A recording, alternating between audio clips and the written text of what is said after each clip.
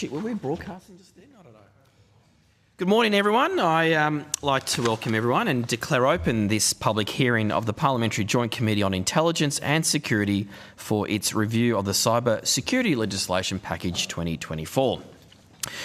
These are public proceedings, although the committee may agree to request to have evidence heard in camera or may determine that certain evidence should be heard in camera. I remind all witnesses that in giving evidence to the committee, they are protected by parliamentary privilege unless you are given evidence from outside of Australia. It is unlawful for anyone to threaten or disadvantage a witness on account of evidence given to a committee, and such action may be treated by the Parliament as contempt.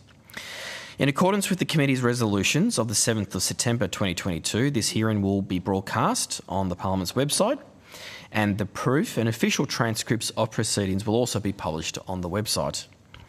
The hearing today has been conducted with some members of the committee and witnesses appearing by video conference, and members and witnesses participating remotely are reminded to mute your microphone when you are not speaking. On that note, I'd like to now welcome this morning representatives of the Law Council of Australia to give evidence at this hearing today. Good morning. For the Hansard record, could I ask that you all state your full name and the capacity in which you appear before today's hearing? We'll start. I think I'm going we'll first. Go from my right to left. Thank you, Chair. My name is Annie Hagger, and I'm a member of the Futures Committee for the Law Council of Australia. My name is John Story-Keeves. I'm a legal practitioner in private practice and a member of the executive of the Business Law Section of the Law Council, which is the governing body of the Business Law Section, and also a former chair of the Business Law Section. Chair, I'm Nathan Daniel MacDonald, the Deputy General Manager of Policy with the Law Council Secretariat. Thank you very much. Now, although the committee does not require you to give evidence under oath, I should advise that the hearing is a legal proceeding of the Parliament of Australia and therefore has the same standing as proceedings of the respective houses. The giving of false or misleading evidence is a very serious matter and may be regarded as a contempt of the Parliament. The evidence given today will be recorded by Hansard and attracts parliamentary privilege. And due to the very short time frame that the committee is working within to complete its review before we report back to the Parliament, I just ask all witnesses today to please try and answer all questions or provide information to the best of your ability in evidence today. Otherwise, we do require a 24-hour turnaround for any questions that were taken on notice. So I think 4 p.m. tomorrow is my understanding. Noon on Monday. Noon? On Monday. Sorry, being Friday, it is noon on Monday, yes. So you actually get a bit extra time, lucky you. I now invite you to make a very brief opening statement before we proceed to questions from the committee. So over to you. Who would like to provide an opening statement? Thank you, Chair. I will. Thanks, John. The Law Council of Australia welcomes the opportunity to appear before the committee this morning as part of the review of the Cyber Security Legislative Package 2024. While we are conscious that this is a review which relates to 3 separate bills, our primary focus has been on the Cyber Security Bill 2024. While we maintain an interest in the other 2 bills before the committee, the time permitted to engage in this inquiry has not allowed us to adequately consult with our members on these reforms. If the committee has questions relating to either the Intelligence Services Bill or the Security of Critical Infrastructure Bill, we will happily take these on notice. Turning to the Cyber Security Bill, the Law Council supports the intent of the measures and welcomes steps to implement an important part of the 2023 to 2030 Cyber Security Strategy. Our feedback and recommendations go to promoting proportionality, consistency and certainty within the regulatory landscape while acknowledging the importance of a legislative framework that addresses whole-of-economy cybersecurity issues.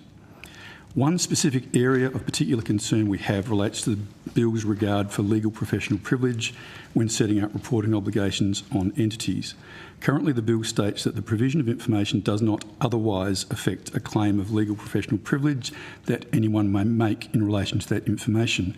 However, we are concerned that the provision of information under the scheme could amount to a waiver of privilege to the detriment of the disclosure. We are of the view the bill should expressly clarify that material identified as being subject to legal professional privilege is not subject to compulsory reporting requirements. Further, there should be a specific regime which with consistent and clear statutory safeguards to the effect that the disclosure of privileged information does not amount to a waiver of privilege. We've also raised the issue of extraterritoriality of the regime. While we accept that the extraterritorial application of the measures is important to engage with the multi-jurisdictional context of cybersecurity incidents, we have suggested that more could be done to ensure there is a sufficient nexus between an entity's Australian operations and the cybersecurity incident to trigger a reporting requirement. Several other of our recommendations go to the need for greater clarity and certainty for entities captured by the proposed reporting scheme. As a general observation, we have highlighted the need for accessible guidance and support to be made available for reporting entities to assist in determining whether a report is required and, if so, the level of information to be provided. In our written submission, we have drawn attention to some important drafting issues. The immunities and privileges that need to be protected are not confined to immunities as a defendant in proceedings. While this is important, it does not go far enough, and the various protections need to cover all proceedings. Further, while we support the rationale for creation of the Cyber Incident Review Board, we have some concern with potential overlap with existing regulatory bodies and the risk of introducing further administrative layers without clear benefits. If this aspect of the bill does proceed, the Law Council submits that the mandate of the board needs to be structured in such a way that does not duplicate functions with other regulatory bodies, ensures public funds are used efficiently, and does not negatively impact transparency and collaboration between regulators and immediate incident responders. Finally, in light of the issues raised by us and others to this review, we think it would be prudent for the cybersecurity bill to include a statutory review to be undertaken after 3 years to assess how the framework is operating in practice. I refer to our written submission for further reflections on the cybersecurity bill for the benefit of the committee in its scrutiny role. We thank you for the opportunity to appear and look forward to responding to your questions. Thank you. Thanks a lot for that. I've just got some questions and I'll hand over to Mr Wallace, the Deputy Chair. Just regarding the recommendation on IoT standards only applying to smart devices manufactured after a certain date. I was just having a look at your submission. Do you think it's appropriate, given that the power is presumably designed to capture any unsafe devices that are already in our marketplace at the moment? I'm happy to start that one. Please. It's a valid point. We think that just in terms of giving fair warning to manufacturers and suppliers that it's inappropriate to effectively, retrospectively apply these standards, we have recommended that there be a 12-month implementation grace period. We think that's sufficient to be able to ensure that newly manufactured goods are meeting those standards, and that manufacturers and suppliers have the opportunity to understand what the rules are and how they apply, and they can meet them effectively. But in terms of what's already out there in the marketplace, I guess there's some acknowledgement at least that having this regime would at least capture what we have currently available, currently circulating in the economy. Is that something that you at least acknowledge? Is that we understand it? Yes. Yeah. And the delayed commencement date of this, I guess, rule-making power. As I understand it, it's already applying to probably EU or the EU regulations and their devices, but also the 28-day consultation period on any standard that's been developed. Are these some areas that will address some of your concerns from your end? Me to take that sure. for a second. Chair, I think it's important to think about the range of products that could be potentially impacted by these laws. So we've got smart devices, internet connectable devices, are everything from our light bulbs, our fridges, microwaves, through to connected cars. And we currently have in Australia requirements that mean that products brought to Australia and sold and supplied here have to use a special plug and have to meet other standards. So I think there is a need for people bringing, supplying and manufacturing things for our market to adjust to the requirements here for that manufacturing time to occur and for them to deal with existing stockpiles. Now, I think there is something to be considered about notifying the public that there is potentially a safer version coming, and that might be a responsible thing for manufacturers and suppliers to do. But I think we do need to consider, with that start date, the impact on the Australian business economy that holds stockpiles of these devices that don't currently meet what would be a new standard introduced, and particularly the financial impact on those businesses of that introduction. So the bill has been coming for a while, but the point at which it becomes effective, then the stockpile for those businesses in Australia becomes unsaleable here. And I think we're thinking about the impact on the economy as well as the need to immediately raise the security standards for the community, and we need to balance that. I actually think this is the most important, most impactful change introduced by the bill. It will have the most immediate and greatest impact on the safety of the Australian community, like introducing standards for car seats. You can't buy a car seat in Australia that doesn't meet standards. Similarly, with bike helmets, we need to have certain standards. This is an incredibly important measure, but we do need to ensure that its introduction doesn't unintentionally and unreasonably impact on the finances of those organisations who, in good faith, brought materials, products into Australia and supplied them here under the old standards. Yeah, and I know yesterday we had a discussion around education and trying to educate consumers, but also businesses, particularly small, medium-sized businesses, around these new obligations. I don't know if you're aware or seen I think in paragraph 222 of the EM, there's I think a reference there from the Department of Home Affairs around having an education first approach and making sure that there is some funding to support an education awareness of these new rules. Is that something from your end that you've been happy to see? And also, if you maybe talk to me and the committee about your experience with the consultation process to date with the department. The education first approach is certainly welcome, not just for the IoT reforms, but the broader package generally. And absolutely, the consultation process that we've engaged with has been, I think, quite thorough. The department has been very transparent, and certainly the bill that we've ended up with today, we think is a notable improvement on the first iterations of the reforms.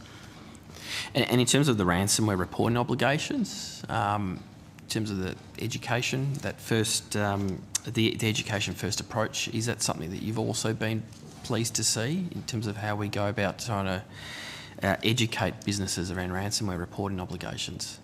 I think, Chair, I'd say as a matter of principle, we'd support that education first approach for I guess virtually all regulatory changes, so that the business community in particular does have a chance to adapt and adjust before there are serious enforcement measures taken, and we'd certainly like to see that as a kind of a general approach. So in your submission, I think you recommend the size and the capacity of the reporting entity should be taken into account when, I guess, considering whether an entity would be complied with the reporting requirements. And yes, so we had some discussions also around the thresholds. Is there a view from your end around the thresholds at $3 million versus $10 million? Any other figures that you have in mind? I don't think we've got a particularly fixed view about the thresholds. I would add, though, that lining the threshold up with the privacy threshold of $3 million does have... Sorry, of what? The privacy threshold of the $3 million revenue does make some sense.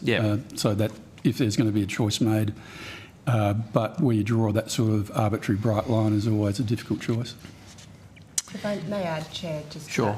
I think it's important to think about the underlying reasons for the reporting requirement, which, according to the explanatory memorandum and also the consultation processes, is really initially about data gathering so that further policy can be developed. And where that threshold is set, it will place a burden on the industry impacted, but the greater the pool of people contributing to that reporting, the greater the data and therefore the effectiveness of the legislation. It's very important to balance that impact on business, but if we're going to achieve the outcome of placing this reporting burden onto businesses, it's important that it is done at a level that will then produce the policy outcomes that it was intended to do. And by simplifying the reporting obligations, for example, aligning with them with the Privacy Act, that does give one threshold. A business is either over $3 million and therefore under the Privacy Act and under the new Cybersecurity Act requirements, or they're not. Also, I think there should be consideration given to the operationalisation of it. How are those reports given? And the single reporting portal that the government flagged in its strategy, I think, will be critical to enabling the smaller, less sophisticated businesses to comply with this without it being overly burdensome. So if the threshold remains at $3 million, having the technology and a simple form online, etc., will greatly enable smaller businesses to comply with that in a timely manner with lower burdens on them. At the moment, the reporting requirements don't have those simple forms, and it is inconsistent between different government reporting requirements, and I think that would be an important operational measure to help achieve the balance that this needs to achieve. Yeah, and I guess there's some attempts to at least have some consistency across the board. I know you mentioned your opening statement briefly, but can I just ask you or take you to the issue regarding the legal professional privilege? I was hoping you might be able to have a bit of a discussion just briefly on that. I think one of the recommendations in your submission is about ensuring that the material that is identified as being subject to legal professional privilege is not captured within the scope of the ransomware reporting requirements. Would that concern be addressed if we had, I think, adopted your recommendation or your other recommendation? I think the Business Council of Australia also had a similar recommendation to make it clearer in the bill and the EM that the disclosure of material under the ransomware reporting obligations won't constitute as a waiver. And I was just hoping you might be able to flesh that out for me just a little bit more. Yes, I'm happy to, Chair. I guess thanks, John. The starting point is that given the fairly extensive use and on-disclosure provisions in the regime, a disclosure, particularly a voluntary disclosure of information that was privileged, could well, all other things being equal, constitute a waiver of privilege, because that's a disclosure that's inconsistent with the maintenance of confidentiality. What we would like to see is a regime where, if there was information that was important and subject to legal privilege, that it could be disclosed on a confidential and more limited basis that would be consistent with the maintenance of privilege. And this is because a concern about disclosure of privileged material and waiver would be a disincentive to sharing information that was subject to privilege, whereas it would be, from a policy perspective, I guess more beneficial for that material to be at least shared on a limited basis with the cyber coordinator, for example, but not being subject to sort of more wide disclosure within government. And I don't know if you've seen what the Business Council of Australia have also put up. I'm sorry, I'm not familiar with what they said. That's right. I have seen the submission, Chair, and their point around more explicit reference in the legislation around disclosure does not amount to waiver. We would certainly support that. And I don't know if you've got any views around the board, the Cyber Incident Review Board, and we had also had some discussions there about the membership composition yesterday, but is that something you're broadly supportive of, the concept of the board? I think, yes, we are supportive of the concept. I think we've expressed in the opening statement that some issues, but as a broad concept, absolutely yes. And in terms of the makeup? Certainly, I don't have any view on that. I can contribute. Chair, I understand that there was some commentary yesterday around the need to have members from industry and the cybersecurity community as part of the pool of people who are drawn upon for that. I think that's really important. I think you do need a diversity on that board that includes people who work in the cybersecurity space every day and who can help to guide the board on concepts such as what is reasonable for a certain level of business in terms of security measures and response, to help ensure that the board's reports and findings are useful from a technical perspective as well as to the community. So I think a broad range of people who are skilled in the cybersecurity space is really important to ensure the success of the board. Yeah, and just to be clear, I just think as anyone's listening, I think proposal is that there's still an expert panel that sits underneath that board with these experts from industry. I think there have been issues, and I was just trying to ask witnesses yesterday around how do you address conflicts of interest if there are people in the industry who are on the board and their competitor happens to have an issue, how do you then address those issues, right? And you don't want a situation where you've got a number of board members having to remove themselves from the board process. In some ways could undermine the board's ability to actually look at these issues if you've got a large number of board members no longer able to be part of the process. And I think these have been some of the issues that I know myself and the Deputy Chair have been just asking witnesses throughout the course of yesterday. But I don't know if you've got a view about addressing those particular issues, particularly around conflicts of interest. Chair, in other contexts with some I say analogous, but not closely analogous panels that have been established by government, there's a relatively large number of members on the board or the panel, and if you like, the active panel or that is compiled to address a particular issue is selected from the wider panel. One example, which is not very closely analogous, would be the takeovers panel, where there's a roughly, I think there's 40 members, but for any particular instance, a panel of 3 is compiled. And in my experience, conflicts of interest were very much an issue in that sort of commercially based body, but they were dealt with in practice very readily by having that ability to draw from a wider panel. And I think you also flagged a concern that in some instances the role of the board may duplicate some regulatory functions. But just to maybe talk through that a bit more, I just want to see if you think this could be addressed via terms of reference with respect to each of the reviews. I just wanted to get your thoughts a bit about that issue a bit more. Chair, I'm happy to address that first. I think we are facing, this is a new body, and at the moment we have a number of different other arms of government, some regulators and some law enforcement, who are required under their powers to play a role in investigating cyber incidents and making a report and potentially taking action against those involved in them. The question, I think, arises as to the timing of the Cyber Incident Review Board's review and whether it would, in fact, be doing the same fact-finding exercise that would be done by the OAIC or ASIC or APRA or the ACMA, and whether that is a duplication of that fact-finding. This would actually occur particularly because of the limited use. The information provided and gathered by the National Cybersecurity Coordinator, for example, could not be then provided to those other agencies, and we support the limited use requirement. But it does mean that there would be potentially, depending on the industry that the impacted organisation fell under, 4 or 5 different reviews into the same cyber incident. And the timing of the reports is very important because they will, of course, impact on each other. And facts found by, say, the Cyber Incident Review Board may then be reviewed and included or considered by the other bodies. So it's not clear to us yet how those would overlap, the timing of which investigations would go first, whether they could occur concurrently, and we've suggested, I saw a suggestion from the notes yesterday that they should not because of the impact on the business, I think. Do you think there'd be any role for the Minister to maybe sign off on some of these terms of references?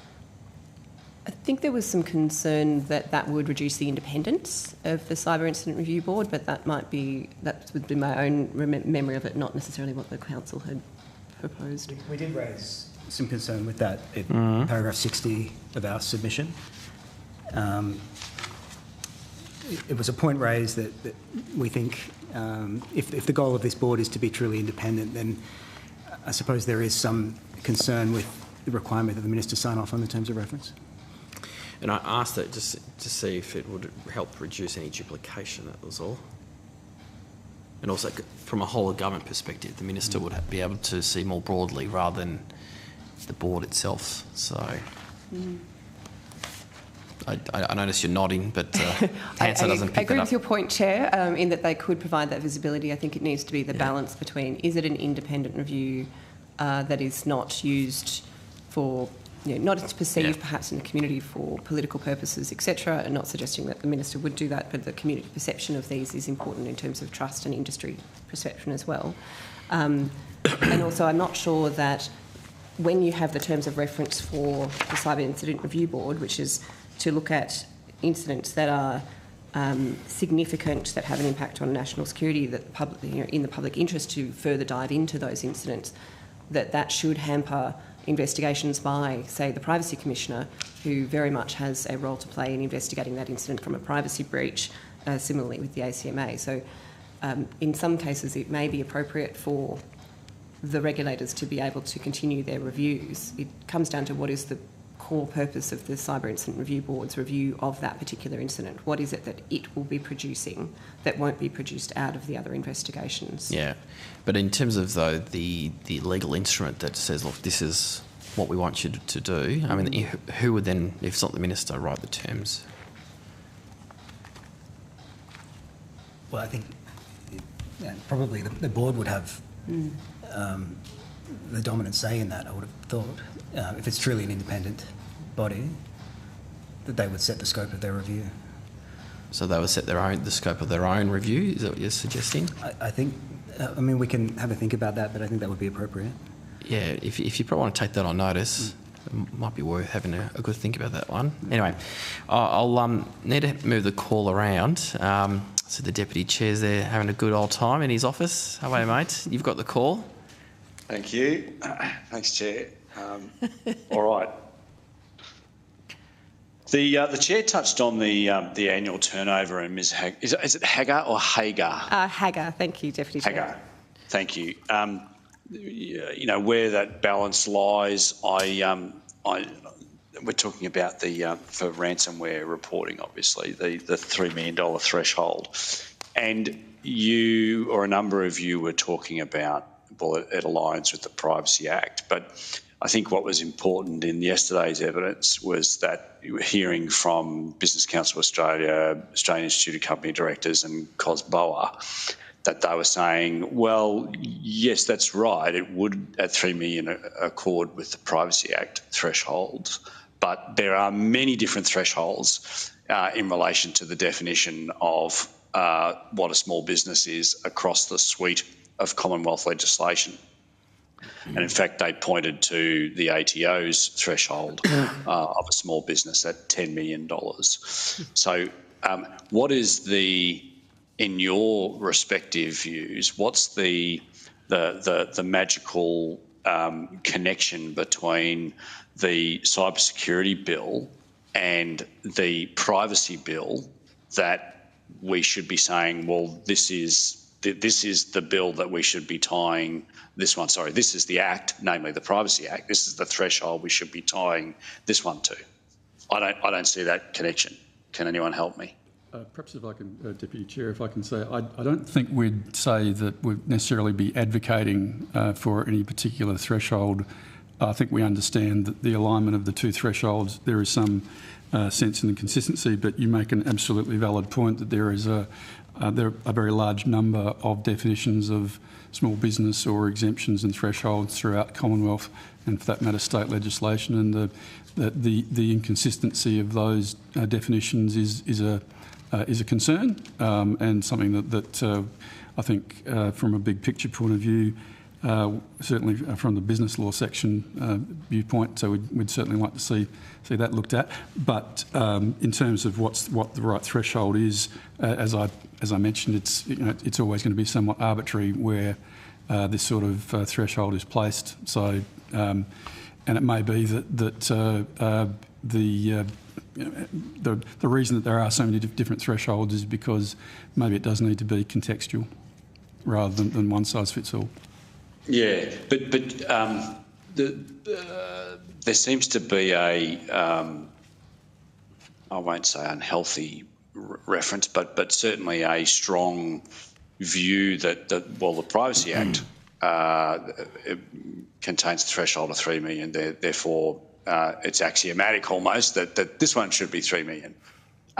Why would that be the case? And it may be a question that I should put to the government officials that are speaking later, but I'm very keen to get your views on it. Deputy Chair, I think it's interesting to note too that the way that the Act is drafted, that the threshold will in fact be set in the rules, so it can be adjusted. And at the moment, I understand that there are proposals for the Privacy Act $3 million small business exemption to be removed. So we are actually looking at a lot of change in this space. I have advised for most of my career businesses on a very large scale and then smaller scales. The thing that businesses struggle with is complexity. So what the council and certainly myself in an individual capacity when I was also participating in earlier rounds of consultation, we are advocating for consistency, because the simplicity and consistency for business is what is important, I think, more than what that number is or where that current threshold currently sits. So noting that the Privacy Act threshold may change with the reforms that are being proposed, noting that the rules allow for the threshold in the cyber bill to also be changed, we want to achieve a simple regime for businesses to feel enabled to report and to understand their obligations, both to report under the Privacy Act, to report under the cyber bill, and then other circumstances where they may fall into a reporting obligation. So I don't think it's a magic time. Which are many and varied, right? Many and varied. So, it depends. I say to clients, I can't give you an answer on what the rules are until we dive into what industry you're in, what data you hold, the size and turnover of your business, the nature of the data, and as well as where you reside, which states you practice in, etc. It's a jigsaw puzzle at the moment, and that makes it very complex for each business to put that together. So it's about simplifying the number of different moving pieces and thresholds to the extent possible. And this was, I think, identified as an opportunity to have one less complexity by tying it to where the Privacy Act currently sits. You fall over that threshold, you have to report when you have a cyber breach. Yeah. I really, what your evidence earlier with the chair hit a chord with me, because, I'm in a situation where I've been in small business. I'm a builder by trade, but also been a barrister for 16 years before coming into the Parliament. So I get to walk both sides of the fence. And I want to give you an opportunity to clarify your evidence, because when I heard you speaking before about, we need to make this this process of reporting as seamless as we possibly can. But I perhaps may have read into your evidence that there was an implication that, it's one more reporting obligation. But, we heard from the business organisations yesterday, if I can call that as a loose group, that's all well and good, guys, but, this is one reporting obligation on top of another reporting obligation on top of another reporting obligation. And, we'd actually like to try and find some time to actually get some work done rather than be reporting to government.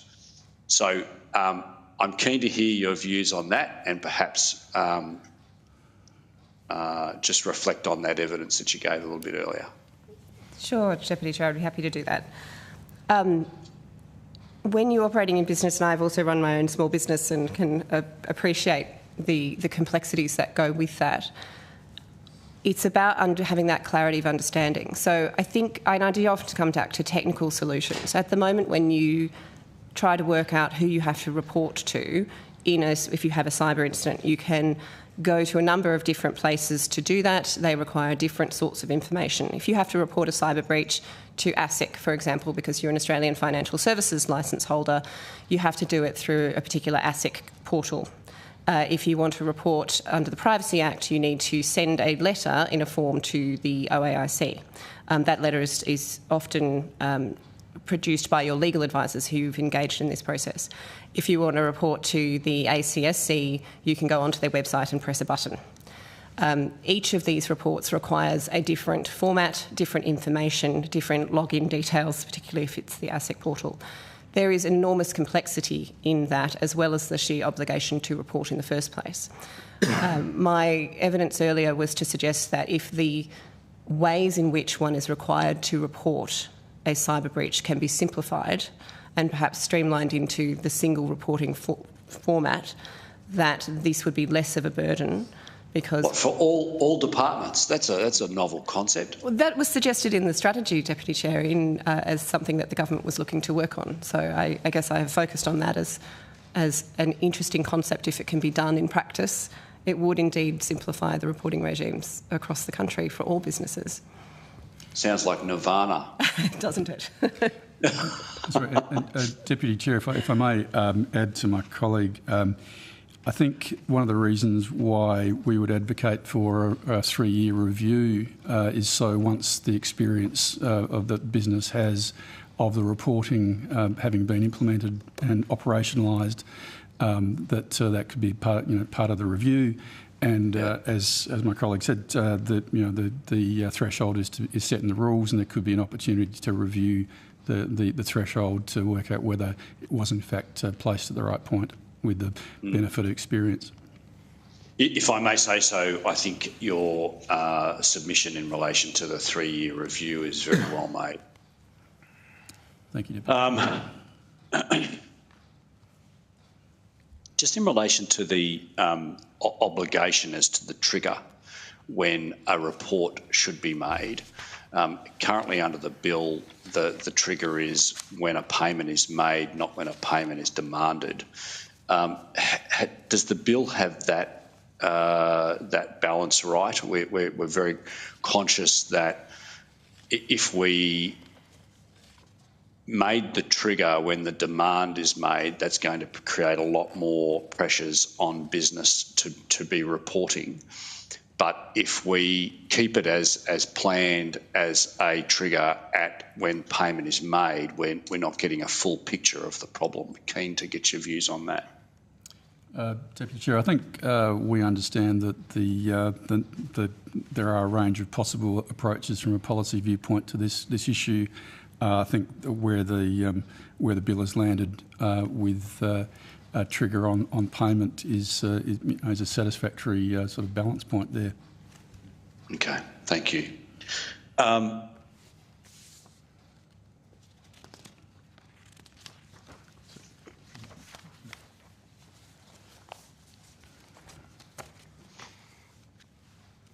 When you, given that you folks are at the coalface, and I'm not asking you to obviously disclose any client, lawyer, professional privilege, but, and I know that every case will rise and fall on its own merits, but when do you advise, making a payment, or is it, do you sort of have a blanket suggestion, don't pay, under any circumstances, don't pay?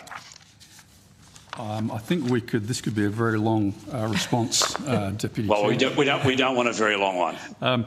But perhaps I could say it's situational, it's complex. There are a number of factors from an organisational point of view, from a legal point of view. Some boards have an absolute policy that they will not pay a ransom. There are other situations where it's clearly in the best interests of the stakeholders, more broadly, that a ransom be paid. For my own part, if there were national security, systemic risk implications, or a large number of members of the community were going to be affected by an incident, then I think it would be justifiable for that to happen. But it is a complex question with interaction of a number of Commonwealth and state legislative provisions that may be relevant.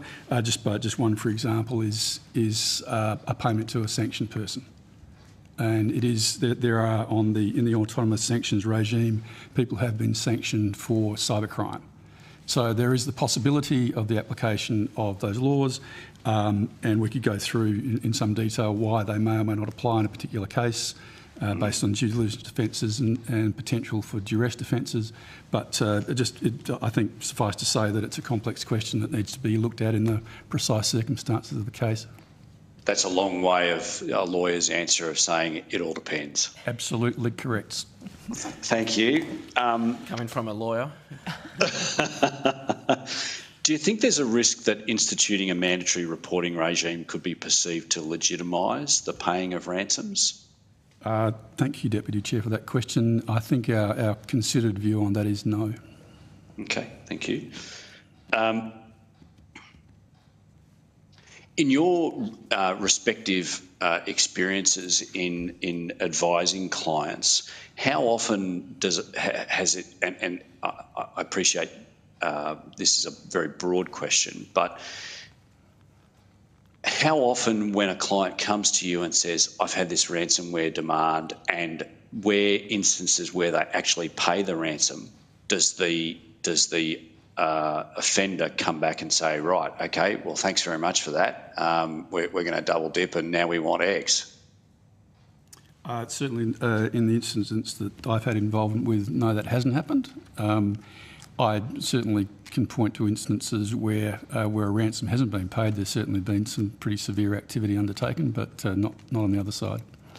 There's a bit of there can be a bit of game theory involved from the cyber criminals' point of view, to actually gain a reputation for honouring honesty and integrity. Well, honour among thieves, yes. Anyone else on the panel?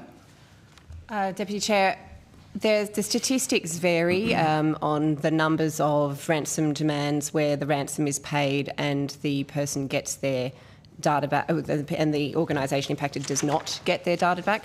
The last numbers I saw were sort of in the order of between 5 and 10%, but that was a global number, not an Australian-specific number.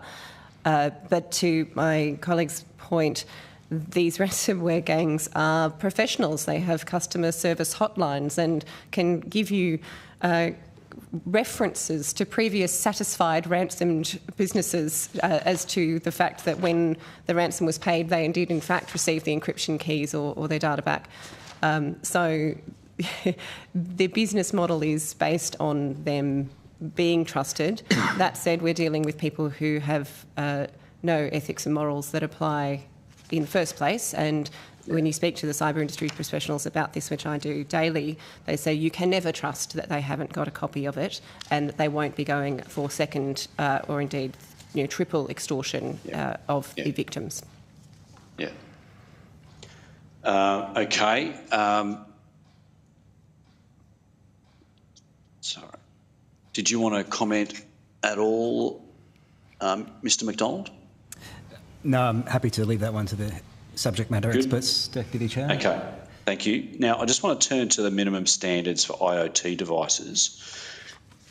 And I want to pick up on something that you said earlier again, Ms Hagar, not to single you out, but the one thing that really concerns me, and I think that you're very much alive to this issue, you talked about, Internet of Things is just so ubiquitous in our world now, where cars, fridges.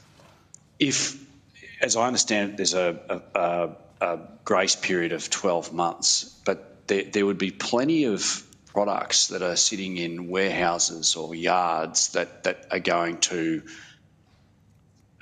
extend over that 12-month period and in your terms would make them unsaleable or worthless.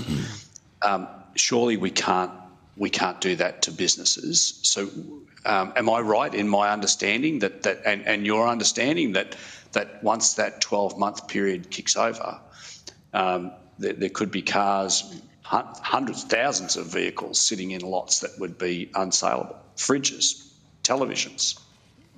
Deputy Chair, it's a really good question, and I think it won't apply to all the devices we're talking about. Some devices for the security is based on the firmware or the software that they operate that can be updated.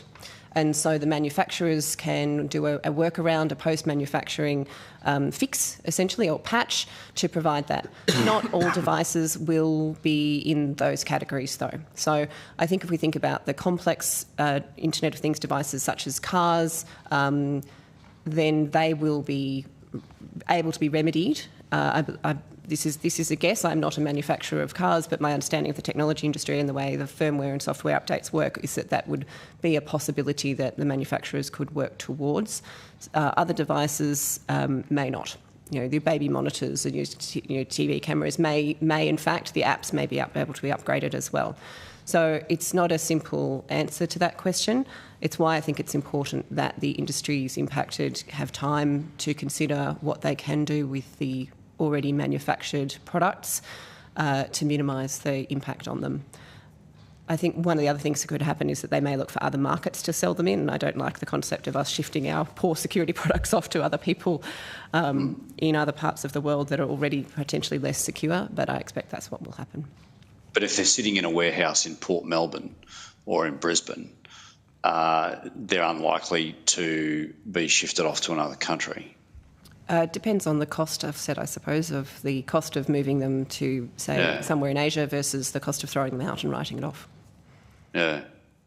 But there could be a very significant impact on businesses that have purchased these products.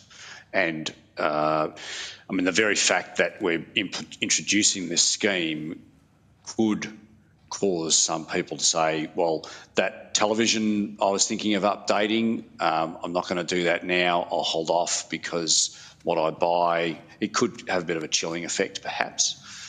Anyway, look, I think I've sort of taken that as far as I can. In the event that manufacturers of low-cost devices opt to exit the Australian market due to the additional compliance burden, is there a risk that Australian consumers will opt to buy the same devices from intermediary overseas without the protections that would apply in the Australian market? Deputy Chair, that's probably outside my field of expertise. Yeah, no, that's fine. No, if you're happy to move on, that's all right. I do, just before I go on, want to go back to the $3 million threshold. I'm sorry to be jumping around a little bit here, but could the $3 million annual turnover threshold for reporting incentivise malicious actors to target small businesses in the knowledge their attack will likely go unreported? If I may, Deputy Chair, I think, yes, in theory that would be right. The question is whether the under $3 million target area is one that's sufficiently lucrative to make that strategy worthwhile. Personally, I'd have some doubt as to whether that would be the case. That there'd be a kind of a wholesale redirection of cybercrime resources to those very small businesses. Okay, thank you. The limited use obligation, I don't know that you've spoken too much about that, if at all, this morning. No, we haven't, Deputy Chair. The explanatory memorandum states, and I'll quote it, information provided to the National Cybersecurity Coordinator under the obligation with respect to the entity's actions relating to the cybersecurity incident is not admissible in regulatory proceedings against the entity to the extent possible, close quote. Are there any circumstances that you're concerned about where information provided under the limited use obligation could be used in other legal proceedings? I don't think we have specific significant concerns about the way that is framed, but perhaps... Do you want to take that one on notice, perhaps? So, Nathan? Yeah, we do discuss it in brief in our submission. We're generally happy with the provisions, but we note that as you know, Deputy Chair, that the protections relate to regulatory enforcement. It does not prevent criminal proceedings as it's currently drafted. We raised the limited use approach quite extensively in the consultations leading up to the bill, and had a preferred model of having a default position of information not being able to be shared at all unless there's express consent from the disclosing party. We appreciate that hasn't been picked up in the bill, so we still do have those reservations around the sharing, even though there is a distinction between the disclosure of the information and the use of it. My understanding, I might be wrong, but my understanding of the bill in its current form is that the limited use provisions will apply to regulatory enforcement, but not in relation to other legal proceedings. It certainly doesn't extend to criminal proceedings. Ms. Haggard, do you want to? But civil proceedings? I understood that they were excluded, but that might be something we need to take on notice, Deputy Chair. Yeah. So certainly my understanding of it was that it couldn't be the information provided under the limited use could not be then, say, requested by a regulator in order to conduct their own investigations. They would have to separately subpoena or require the information directly from the impacted entity. But once the information is provided, that it then can only be used for the permitted use or for criminal proceedings, which then limits which regulators, which entities within government can take action, because not all can bring criminal proceedings. So you don't see any circumstances where that disclosure could be utilised in other civil proceedings? I'm sorry, Deputy Chair, if you mean that the information could be available for use in civil proceedings as opposed to admissible in civil proceedings, is that the distinction that you're seeking to draw? Because the admissibility provisions, Clause 32 of the bill, for example, specifically excludes civil proceedings for a breach. I personally have a little concern about the drafting of Clause 32 sub 2C, proceedings for a breach of any other Commonwealth, state or territory law, including the common law, because I do wonder whether that would cover all civil proceedings by way of example. Which is my point exactly. Okay, I mean, proceedings for indemnity, for example, would not necessarily involve a breach of a law. So there is, I guess, to that extent, there is a concern that perhaps that subparagraph C does not go far enough in relation to the admissibility provisions. But do you want to take that on notice? I appreciate. I'm probably yep. Thank you. And similarly, there does talk about admissibility proceedings before a tribunal in paragraph D. I just do observe that there are a number of things that are tribunals or panels which aren't bound by the rules of evidence. Yeah. So a non-admissibility provision wouldn't actually be relevant there, or that is operative in those instances. So. Okay, thank you.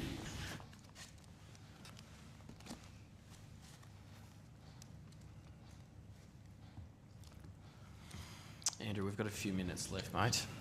Yeah, no, that's okay. I appreciate that. Does Luke have any other questions? No, you've got the call. Okay, thank you. Just in relation to the Cyber Incident Review Board, do you think the provision for the Minister, I think you've answered this question already, you have.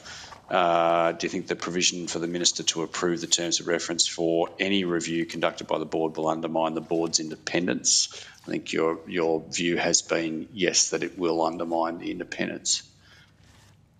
We raised a concern, and I believe we undertook to take it on notice as to an alternative model. Yeah, okay. Do you have any concerns regarding information sharing with the review board, particularly around the confidential or sensitive commercial data? And the chair was talking earlier about the current makeup of the CIRB is envisaged to be sat upon by just public servants, but to have, and the chair rightly points out, that there would be an opportunity for the board to call upon an expert panel. And there have been concerns that have been raised yesterday by various witnesses about the appearance of, well, not just the appearance, but to ensure that the board is properly functioning, that we have the best and brightest that are sitting on the board from industry, academia and the public service. I think that's a position that the Law Council would agree with. Am I right? If I may, yes, Deputy Chair, I think we would support that. Yeah. The fact that the chair spoke about, well, you know, the board can call upon members of an expert panel to assist it. Does that alleviate any of your concerns? Deputy Chair, I think that would certainly be a positive factor, but I think in our experience, having members of the oversight body rather than just as an expert advisor would be a better policy choice.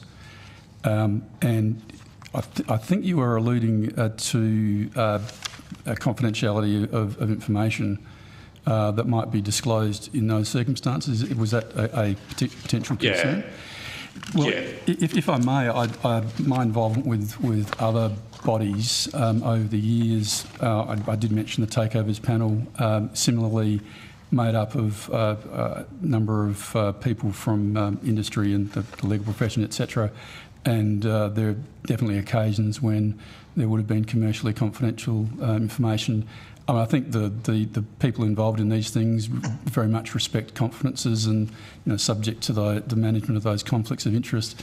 Certainly in my experience, it would not be a concern because people do understand their obligations of confidence when they're dealing with these matters on a government body. Yeah, good. Okay. Look, I think that's all we've got time for because our next witness is here, but I do want to thank you very much for your evidence and the work that you guys do. We really don't, I think, value enough all of the committees from the Law Council. You guys are busy practitioners, and I want to thank you for the time that you take, unpaid, out of your practices to do this sort of work to assist us to do our job. So thank you very much. Thank you, Deputy Chair. Appreciate that. Thanks, Mr Wallace. On that note, I'd like to thank our witnesses this morning, and I again just reiterate, due to the very short time frame that we have for this inquiry, if you could please come back to the Secretariat by 12 noon on Monday with any answers to questions that were taken on notice. We'll also provide you with a copy of the transcript so you'll have an opportunity to request any correction should there be any errors. And lastly, I should have asked, with your opening statement, you're happy to table that for us? I know you provide us. We have one minor edit to the draft that was provided to you, so we can send you send it through with whatever you need updated, but we'll have that tabled so we can also circulate that and put it on the website. On that note, thank you very much. We'll suspend very briefly and we'll get ready for our next lot of witnesses. Thank you.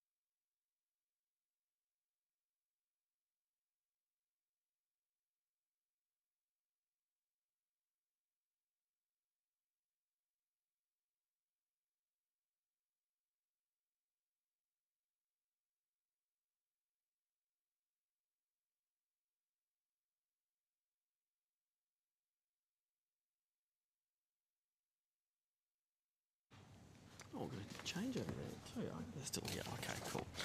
All right, so welcome back. I now welcome representatives from the Australian Communications Consumer Action Network to give evidence at this public hearing today. For the Hansard record, could I ask that you state your full name and the capacity in which you appeared today? Maybe we'll start with you, Carol. Thank you, Chair. My name is Carol Bennett. I'm the CEO of ACAN, the Australian Communications Consumer Action Network. Thank you, Chair. I'm Dr. Gareth Downing, ACAN's Deputy CEO. And although the committee does not require you to give evidence under oath, I should advise you that this hearing is a legal proceeding of the Parliament of Australia and therefore has the same standing as proceedings of the respective houses. The giving of false or misleading evidence is a serious matter and may be regarded as contempt of the Parliament. The evidence given today will be recorded by Hansard and attracts parliamentary privilege. Due to the short time frame the committee is working within to complete its review, could you please answer all questions or provide information to the best of your ability today's evidence, and if there are any written answers, they'll be provided to the Secretary by 12 noon on Monday next week. Now, I'll invite you to make a brief opening statement and then we'll kick off with some questions. Chair, could I just ask one thing before Ms Bennett starts? Could I ask just when we're doing recording or videography of the witnesses when we're in the room, it would be helpful to me if the AV people can actually zoom out so I can actually see the nameplates on the desks, because I miss that. I don't get that, so I don't know who I'm talking to. Well, okay. But for these ones, for these witnesses, it doesn't matter. Okay, well, maybe let's talk about that offline, but in the meantime, I'll have a chat to the Secretariat. Okay, let's get back to the opening statement. Okay, thank you, committee members. On behalf of the Australian On behalf of the Australian Communications Consumer Action Network, ACAN, I'd like to thank the Parliamentary Joint Committee on Intelligence and Security for the opportunity to appear before this inquiry. ACAN is the peak body representing communications consumers in Australia. I'm ACAN's Chief Executive Officer, and I'm joined today by our Deputy CEO, Dr. Gareth Downing. So I'd just like to make this brief opening statement. The proposed package is a marked step forward in the framework governing cybersecurity and the security of critical telecommunications infrastructure assets. ACAN welcomes the proposed package, which will promote the security of communications infrastructure assets and cybersecurity in the home. In particular, I'd like to welcome aspects of the framework which will see alignment of security requirements for critical communications infrastructure assets with the broader security of critical infrastructure arrangements in place. I'll message him just. So I'll now turn to setting out ACAN's view of the key elements of the legislative package. In terms of the Cyber Security Bill 2024, it formed the focus of ACAN's submission, and we're strongly supportive of the introduction of minimum cybersecurity standards for connected devices, including Internet of Things devices. Consumers who are not confident in their digital skills and/or have limited digital ability should be assured that the devices they purchase have sufficient cybersecurity protections. ACAN notes that if not appropriately secured, the granular data by connected devices, including location data, can be used by abusers to perpetrate technology-facilitated coercive control and cause significant consumer harm. With 8 to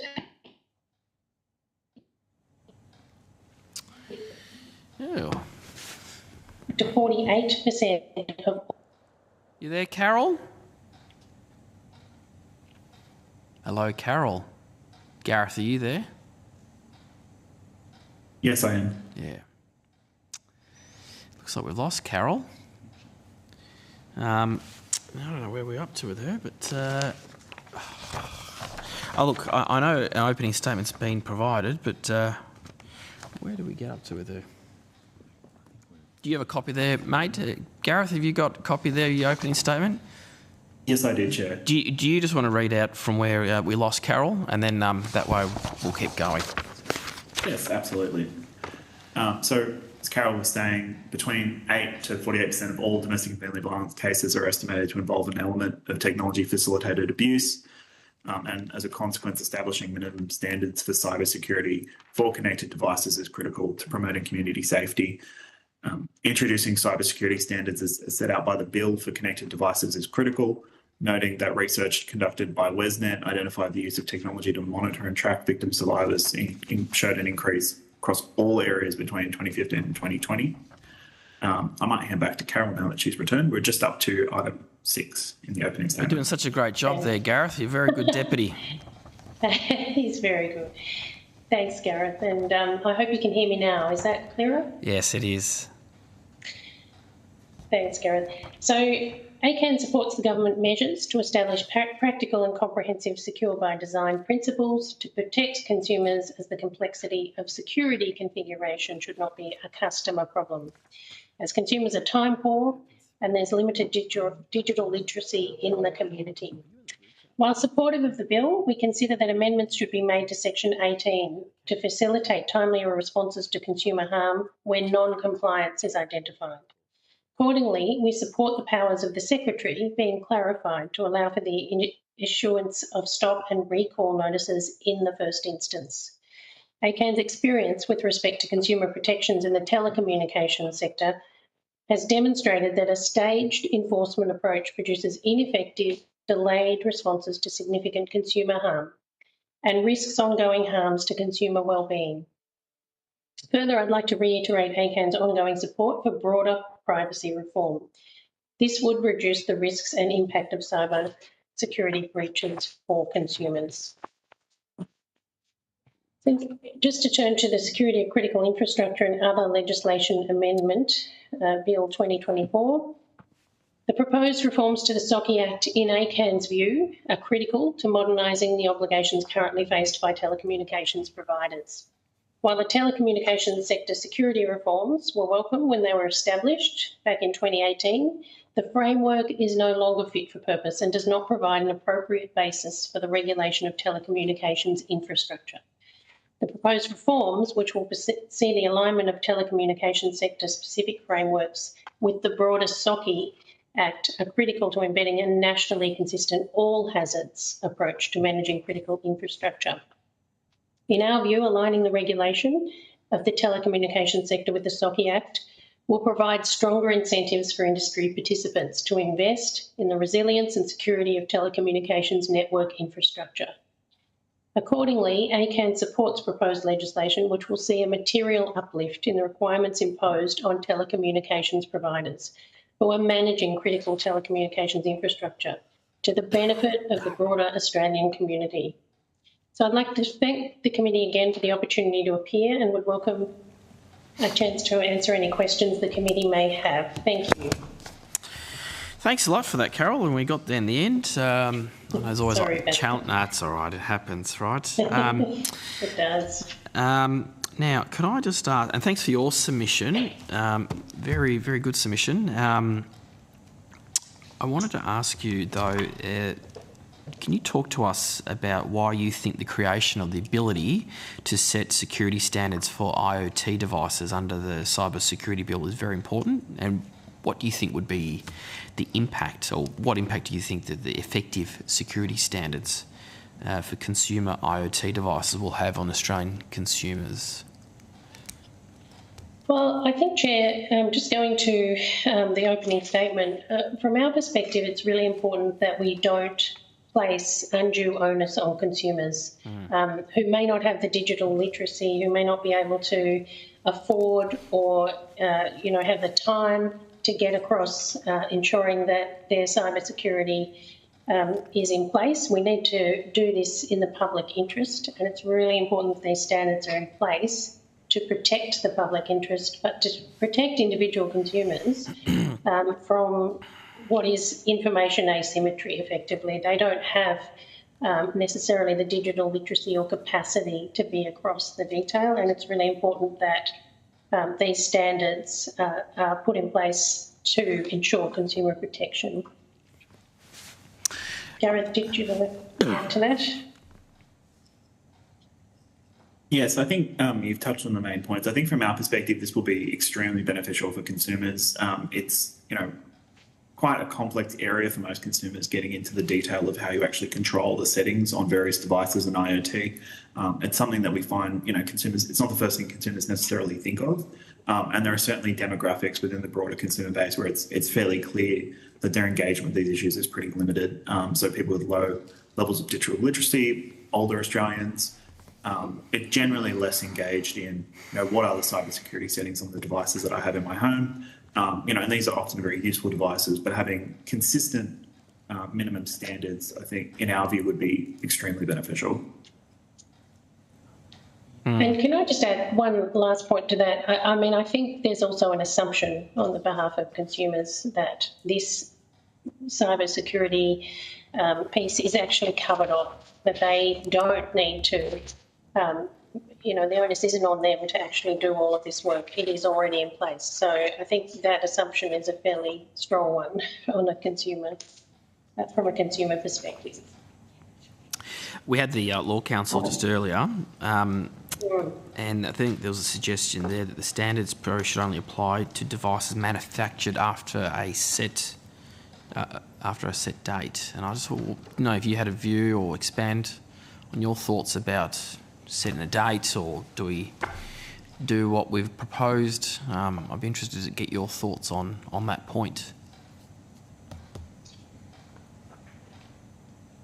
Look, I think from our perspective, we'd like to capture as many devices as possible. We're not so interested in the, obviously we are interested in the impact on industry and the capacity to deliver this and deliver it in a timely way, and that may mean greater complications. But, from a consumer point of view, I mean, as we've seen with the 3G shutdown recently, consumers are often using technology that's very outdated for a very long period of time and well beyond its usability. So, if the broader the net, the better, I guess, in principle from a consumer point of view.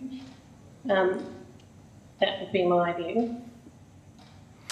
And I know you mentioned about the SOCI Act, but I just want to say why the amendments in SOCI are important, particularly in regards to Part 3A and the telecommunications sector security regime. If you're able to go to that for me, that'd be great. Yeah, I think from our point of view, Chair, we think the SOCI Act is good in the sense that it does create the obligations that are broader, and that in turn means that the TSSR reforms, which are becoming a little dated already, even though they were only introduced in 2018, don't really or haven't really provided the basis for appropriate regulation in our view. And we think if the SOCI Act were in place and these two things were and that the telecommunications industry were covered by the SOCI Act, that would ensure that there is this all hazards approach to managing critical infrastructure, and we think that's probably going to be a little more protective than the current TSSR framework. But there's stronger incentives effectively for industry to do the things that are needed, like investing in resilience and infrastructure. I know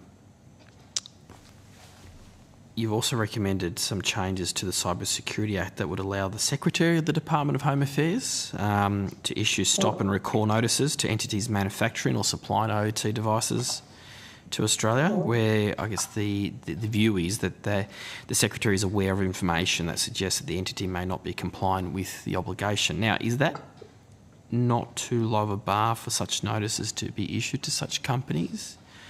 And isn't the current threshold of the Secretary being satisfied that there is non-compliance more appropriate?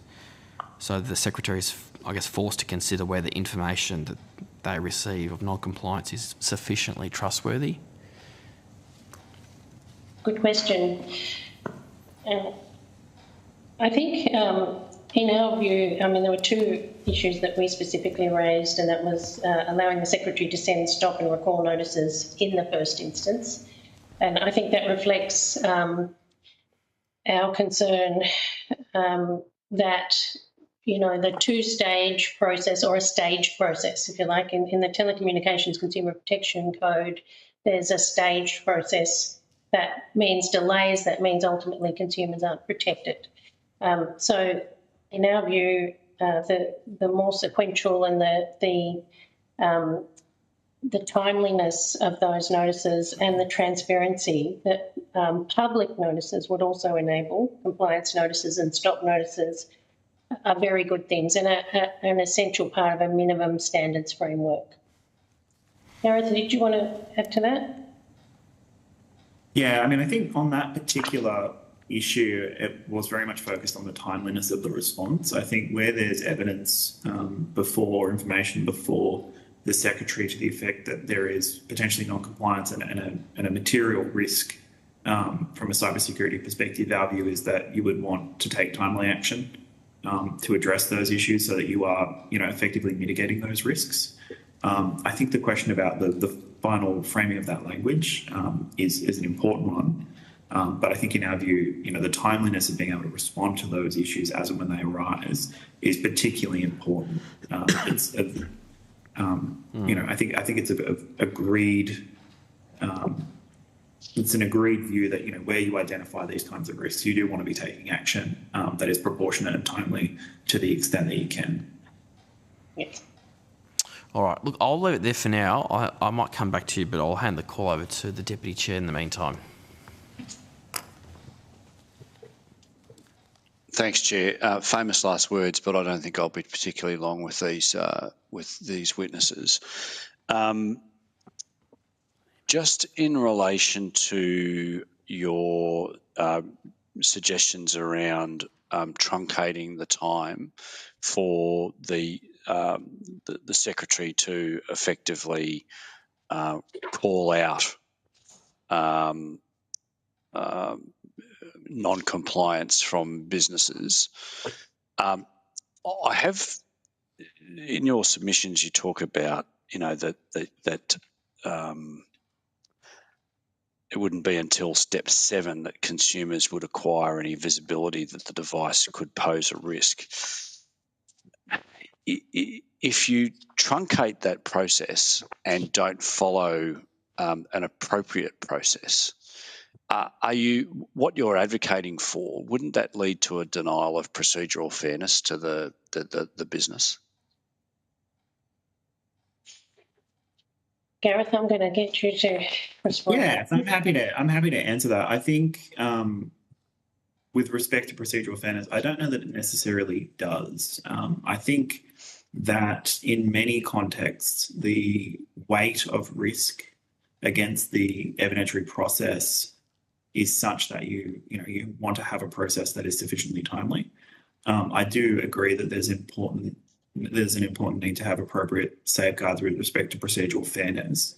But I think where that process potentially outweighs a material risk,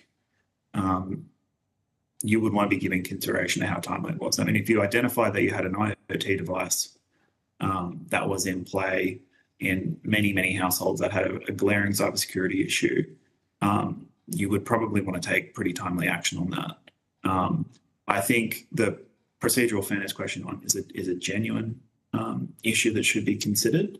But I note that, in other contexts, that those processes are, 7 steps is a lot of steps to take from a consumer perspective. But, I think it's a question for the committee as to how best to address those issues. I think you... Sorry. Oh, sorry, Deputy Chair. No, you're right, Ms. Bennett, if you want to go on. I was just going to say, I mean, as you look at these steps, there's a lot of 10-day waiting periods on each step. So, the amount of time that we're talking about is quite significant. So it is a balance, not to deny procedural fairness, but also to ensure that timeliness of notices and protection of consumers from the harm that might occur with that delay. So that's the point I would make. It's always an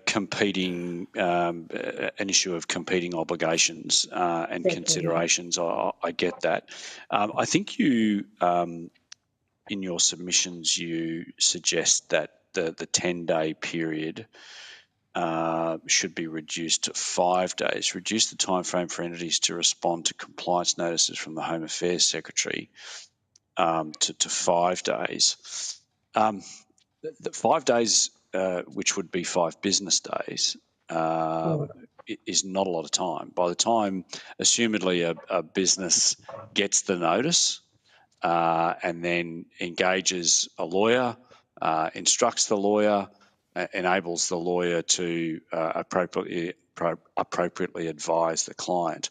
I have worked significantly in these sorts of administrative law environments where in some instances 5 business days was provided as a deadline, and I can tell you it certainly puts the cat amongst the pigeons, if I can put it that way. So I just, from where I sit, a denial of procedural fairness is, notwithstanding the importance of, I understand where you're coming from. I understand that Dr. Downing has acknowledged the importance of procedural fairness, but I think it's important to recognise that just because the Secretary may be satisfied prima facie that an entity is non-compliant doesn't mean that there is non-compliance, and that there has to be an appropriate procedure that should go through that procedure with, in my view, truncating that could very well lead to a deleterious outcome. Now, I think, Deputy Chair, we stated that we would like to see the entity given a specified period, and that must not be shorter than 5 days to make those representations about the giving of the notice. Do you want to put some more context to that, Gareth, or is that? Yeah, I think that's right, and I think with respect to the 5-day period, it is a short period, but I would note that there are, similarly short periods in play in other urgent applications and matters. I think when we're talking about device manufacturers, which primarily this is who this will apply to, these are often very large companies with extensive resources, and often with respect to the matter, I think the issue is not so much the matter of whether or not there's formal legal compliance, but I think that the thing that actually takes time is the assessment internally of the cybersecurity settings of the manufactured device. So the actual legal process itself, I think, is an important part to it. But actually the kind of core piece of work in these kinds of processes, to my understanding, is that assessment of the actual device and its cybersecurity settings and its arrangements. Conscious that 5 days is a short period of time to go through and do a review of that. That being said, if you had a device you'd manufactured and you couldn't determine within a 5-day period whether or not it was likely to have appropriate cybersecurity settings, then I think that probably answers internally what your question might be about whether you're compliant or not. Because generally speaking, if you're unsure and you have a cybersecurity team that's unsure about the settings on a device that you've manufactured and sold across the country, you are likely to be in a position of non-compliance. So I appreciate the question with respect to the legal process and seeking legal advice, but I think the actual factual assessment of whether or not you're in a position of compliance is something that could be conducted within that period, which would then allow you to reply or respond to the Secretary in an appropriate fashion. But the reality, though, of course, Dr. Downing, is that the CEO of Samsung is not going to respond to this. Samsung is going to engage assumedly Australian-based lawyers to act on their behalf in their dealings with the Secretary. And the sort of timeframes that I think you're suggesting, in my respectful view, are just too tight, and truncating it any more than what it already is could lead to a denial of procedural fairness. But anyway, that's my view. I appreciate and respect the fact that you guys have got a view. That's fine. Could I ask you this question? This is quite an appropriate question for where you guys stand. In the event that manufacturers of low-cost devices opt to exit the Australian market due to the additional compliance burden, is there a risk Australian consumers will opt to buy the same devices from intermediary overseas businesses without the protections that would apply in the Australian market?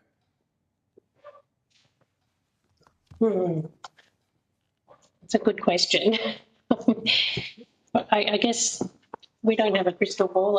I'm not sure, Deputy Chair, that that would be the result. It just may mean consumers actually are opting for, the Australian market, which is more compliant in this instance. But if you have a look at if it's cheaper, exactly, I guess cost is a driver, but it's also an effort to do that. But I don't know.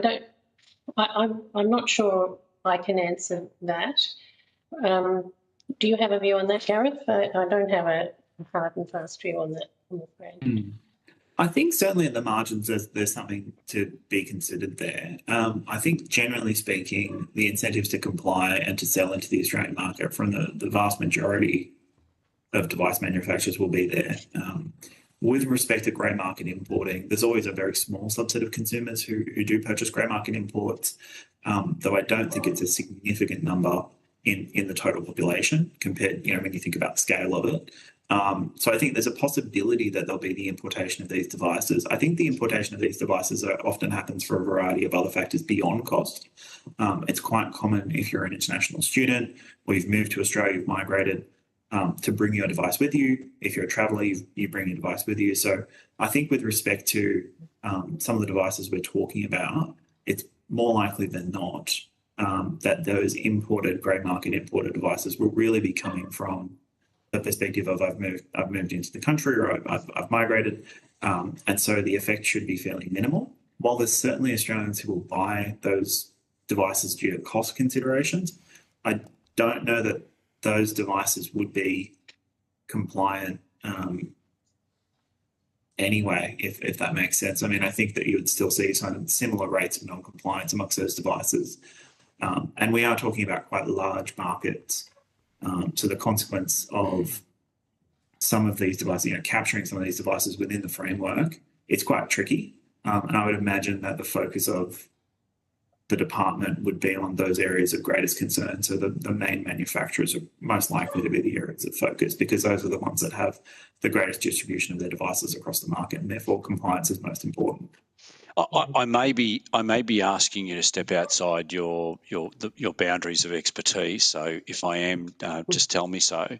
But we heard evidence this morning from Ms. Haggard from the Law Council, who said that many of these devices, because obviously they're connected to the internet, would be capable of being updated and upgraded remotely. Would you share that opinion?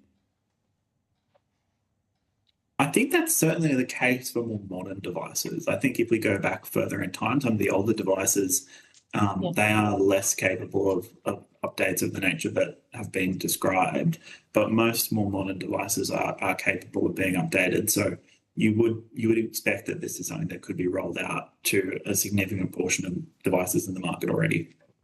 So just talk me through that, because in what instances would an older device, whatever it might be, that's connected to the internet not be capable of being upgraded? I suppose instances where the company no longer is in existence, they don't provide any tech support to that piece of equipment anymore, which, as we all know, that tech support doesn't last very long these days. Is that the sort of thing that you're talking about? I think that's right. That would capture a significant number of that's a broad range of examples. I think in other circumstances, support is not provided over the long term because of the evolution of the kind of core software and that updating process. You move from older models of core software, so operating systems, and that, if you've still got something that's reasonably recent, it will tend to be capable of being updated. But if you go further back in time, some of those software platforms are not really in use anymore, and as a consequence, those updates tend not to flow through. So I think it really depends on the device and how it's configured. But those older legacy items, they wouldn't be captured by this legislation, though, would they? Because they're already in the marketplace. They've been sold 5 years ago. We're not suggesting that everything that is connected to the internet must now be compliant with these new standards, aren't we saying that anything that gets sold 12 months from the passing of the bill has to comply?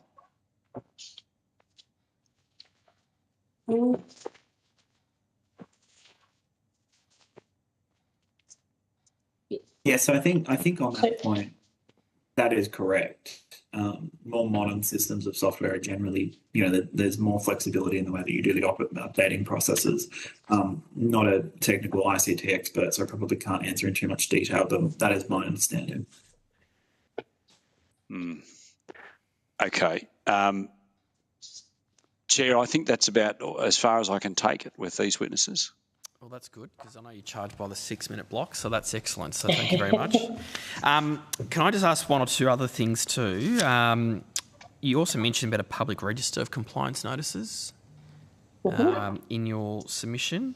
Stop notices, recall notices for transparency, etc.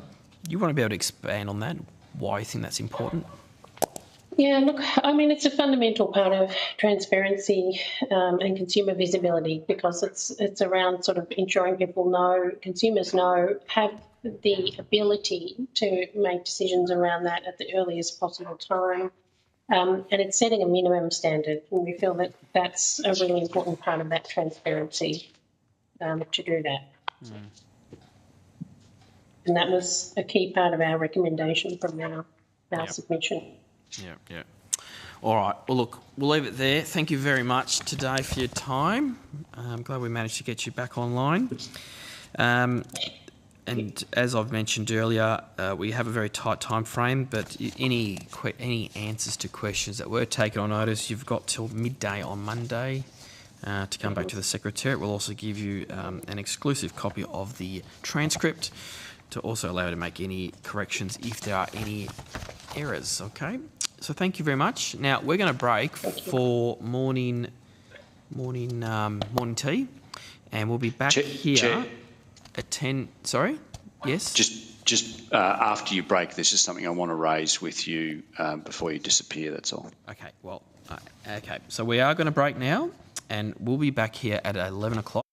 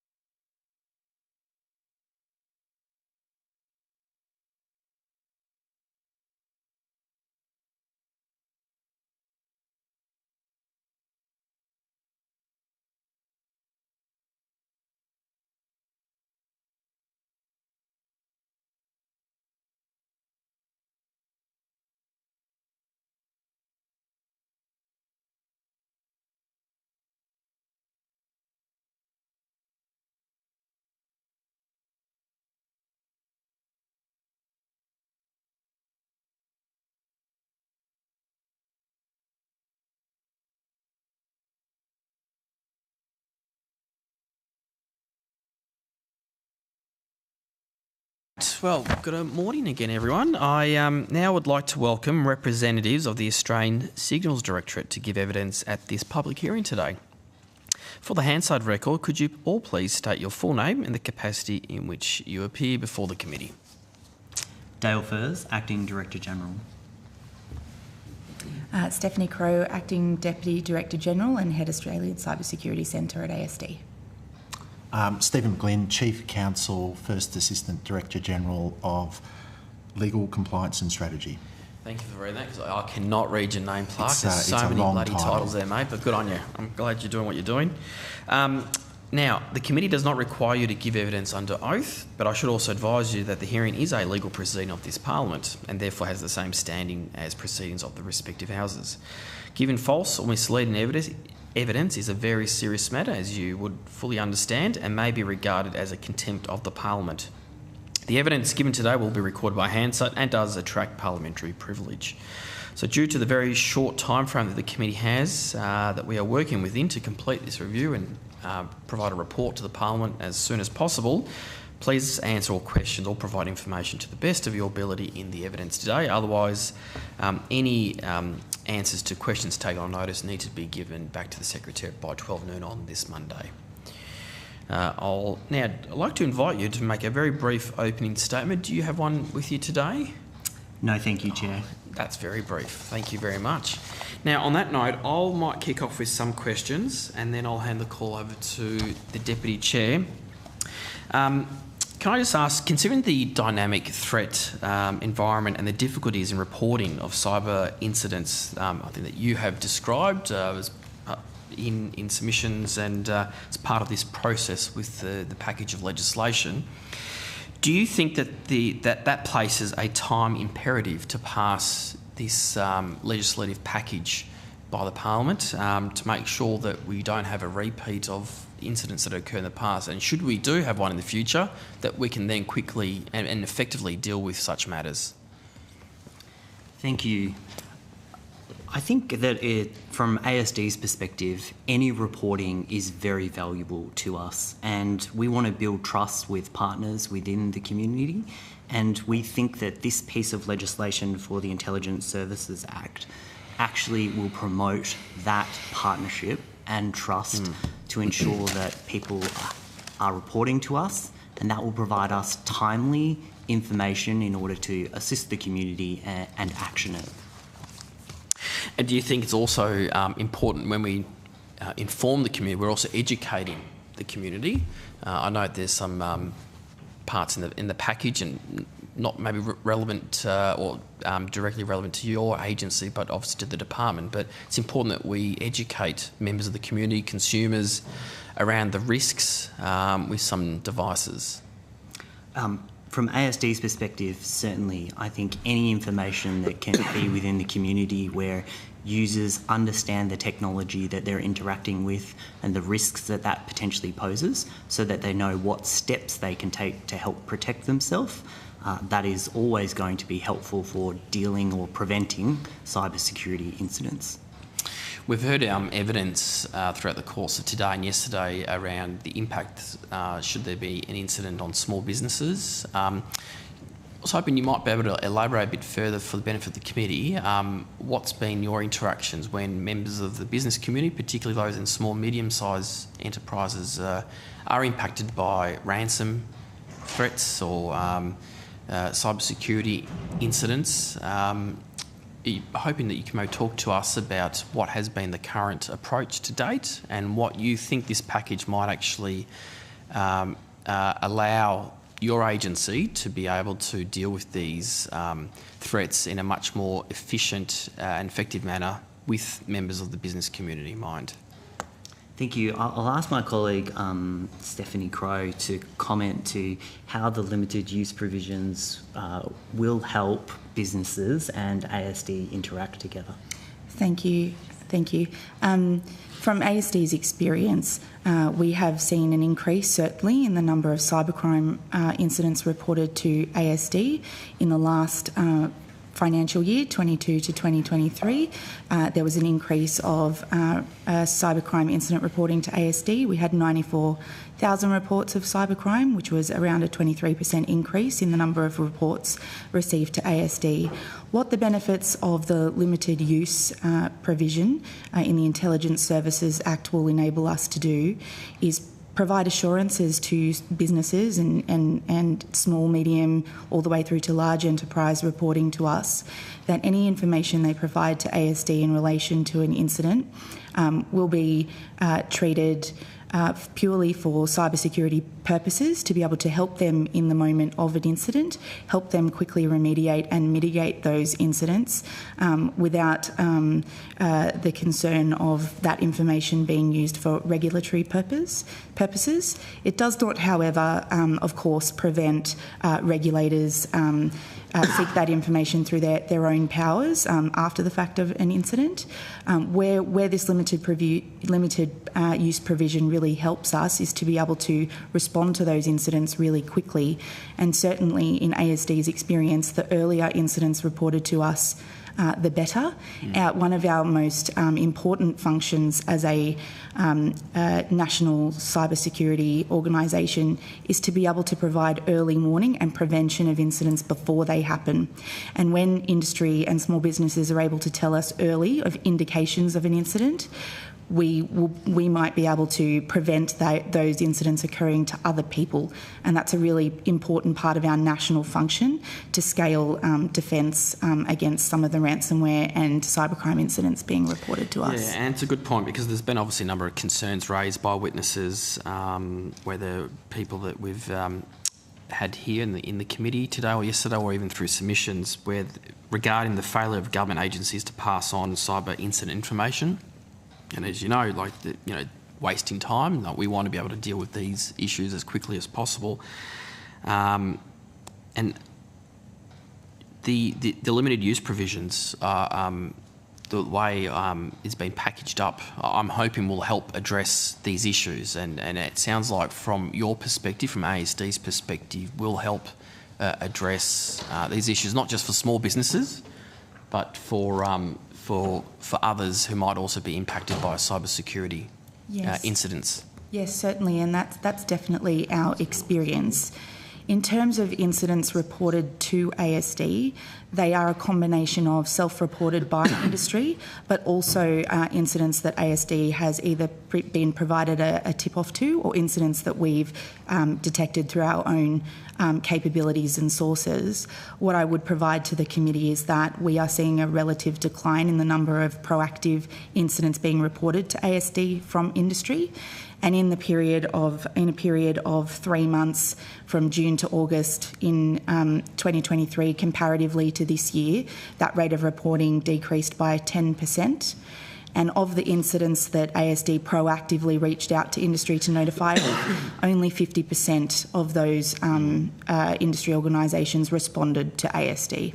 And so this is the case for us with the limited use provision. Because there's also been a suggestion that information provided under the limited use provision shouldn't be shared with other government entities without the consent of the provider of the information. What problems would such a requirement present to you in responding to an incident? For us, when we receive mandatory reports under legislation through to ASD for cybersecurity incidents, and we provide for entities reporting to us a consent mechanism for those reports to be provided to regulators, and we allow entities to provide us with that consent in that regard. The limited use provision, though, for us means that we can effectively communicate limited use information when we need to, for the purposes of preventing, responding and mitigating cybersecurity incidents. Yeah. Sorry, thank you for that. I was just trying to hear that.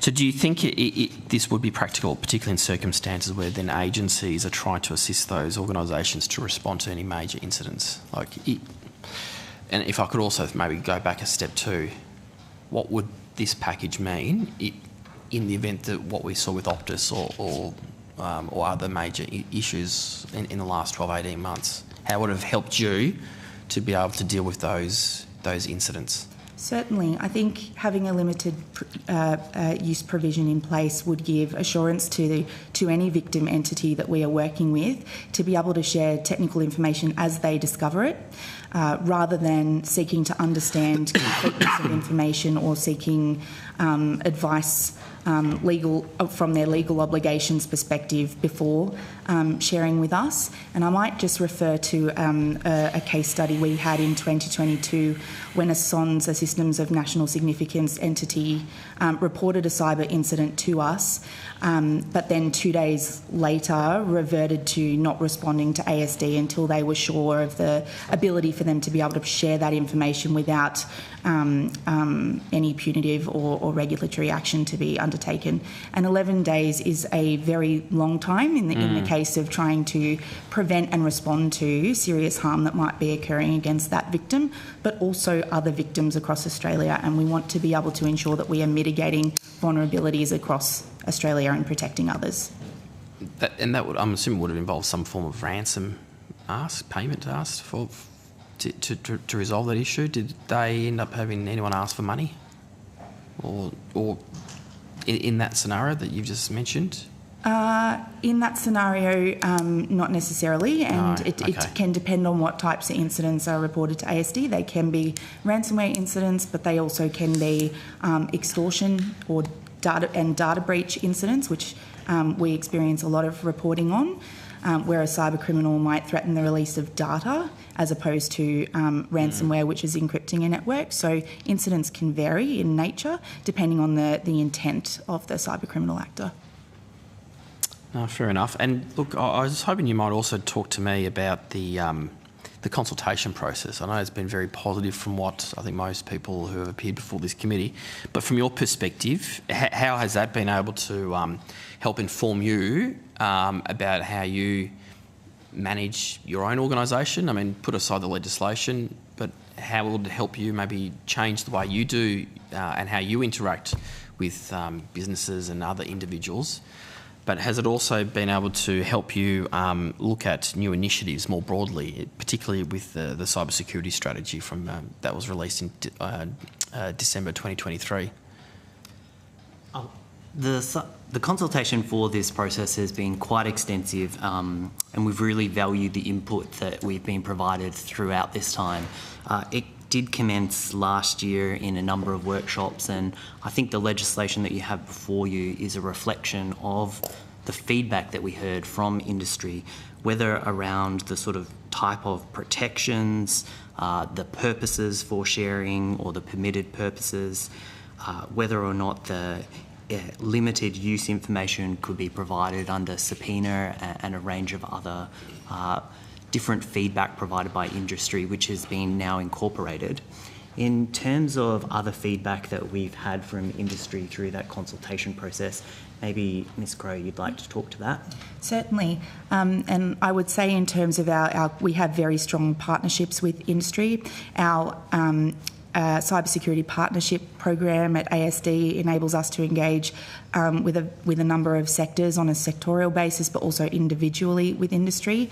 And our partnership program, we have hosted a number of over 450 events in the past financial year, in fact, with sectors, talking to them about their experiences, and particularly in the context of considering cybersecurity improvements that would assist the prevention of cybersecurity incidents. We are very engaged with standards and secure by design initiatives for the purposes of preventing incidents from happening and ensuring that the security of devices in the Australian community have good practices and procedures in place. We see a lot of incidents reported to ASD where, for example, the use of default passwords on devices has been the weakness or the vulnerability for an actor to compromise a system or device. And our consultation with industry on those matters, as well as limited use for the purposes of cybersecurity incidents, has been really positive in that regard. Yeah, and that's important. So default passwords being one of the main causes of these issues. So is any of the, and I know there's also been mention about the education first approach here within the legislation. What do you think that will actually mean in a practical sense then for particularly small to medium-sized businesses? But I'm just trying to make sure we fund associations, organisations to not just promote but also educate businesses across the country and having best practice. So, for instance, don't have a default password, just little simple things that you probably should consider, maybe having a two-step factor authentication, etc. Can you maybe talk to me about the education approach that's been incorporated as part of the package? So I can certainly talk about ASD's contribution to the advice we provide publicly that would help potentially with that part of the package. We have produced significant advice on our website at cyber.gov.au that provides really good basic things individuals, small business and even large organisations can implement in order to protect themselves against cybersecurity incidents. We have advice on Internet of Things devices that talk about minimum considerations individuals should consider when using those devices, such as not using default passwords. We also provide advice to individuals on tips to secure their personal devices, things like ensuring automatic updates are in place, ensuring that strong passwords are used, ensuring that applications that are no longer used are removed from devices. All those are available on our website on an individual consumer basis, as well as tailored for small businesses and to large organisations. And there are very useful step guides for individuals to work through those, relevant to what devices they are trying to secure. Well, just one last thing before I hand to the Deputy Chair. In your submission, you state that ASD would at all times maintain discretion as to whether and how much limited cybersecurity information is shared to others, and what internal controls does ASD have in place to ensure that this discretion is maintained? Senator, we have very tight controls and are used to dealing with quite sensitive information within the Australian Signals Directorate. So in terms of those controls, we will have ultimately a vetting that will occur when information is chosen to be released into the public, and that will include our consideration of where the information came from, and so knowing whether it was through a mandatory report or a voluntary report, or we have discovered the information and whether limited use may or may not apply to that information. So those will be part of the considerations that we make. In general, when ASD publish information, the majority of the information that we make available, particularly within our advisory and alerts, actually they're all not de-identified information, and so you wouldn't be able to identify an entity by the way that we typically share the information. Okay, and that decision is made obviously within ASD, but do you consult external before you make any of those type of decisions, or is that exclusively within the ASD framework? The prerogative within the legislation remains within ASD. Certainly we will consult on some elements with different entities, particularly the entity that might be involved. We've seen in the past that entities have been willing to allow us to share information in different circumstances. And I'm assuming you would regularly, depending on the circumstances, consult with externals, industry or other government agencies before coming to a decision? That's maybe Ms Crowe, you would like to expand?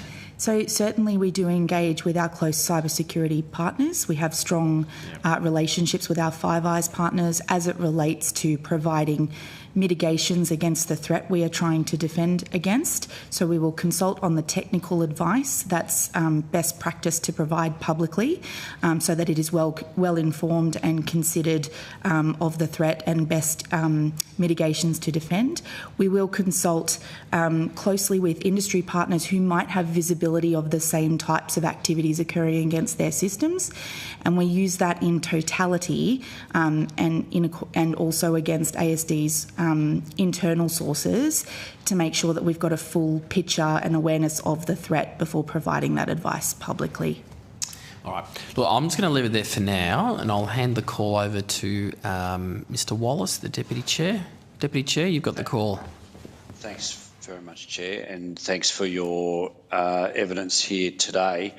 Can you give the committee some indication of what involvement you've had in the process of the formulation of this bill, and also going forward what the reporting process will be like, particularly for small to medium enterprises? There's been a lot of discussion yesterday and this morning around not wanting to create too much of an onerous obligation, particularly on small businesses that have to report to many different departments about any number of things. What will the portal look like? Has ASD been involved in its design, the reporting portal? Thank you for the questions. I'll just take the initial one on consultation to start with, and then hand to Ms Crowe to talk about the potential use of the portal on cyber.gov.au for ransomware reporting. We've been involved along the way with the Department of Home Affairs on consultation. That began last year with a range of different roundtables and workshops. Followed earlier this year in March, a number of consultations on the proposed legislative package. As well then, earlier this year, in terms of September, a number of town halls with representatives to discuss it. Along the way, that feedback has been very useful, and the package has been informed by industry, including, as I mentioned earlier, just changes that they had proposed in relation to permitted purposes for the information to be shared, aspects in relation to how information could be used, or subpoenas, and the relationship to states and territories. In relation to the second part of your question around the portal and how it will be easy to use, I'll hand over to Ms Crowe. Thank you, Mr First. To answer your question on the reporting portal, there are two ways in which anyone in Australia can report a cybersecurity incident to the Australian Signals Directorate.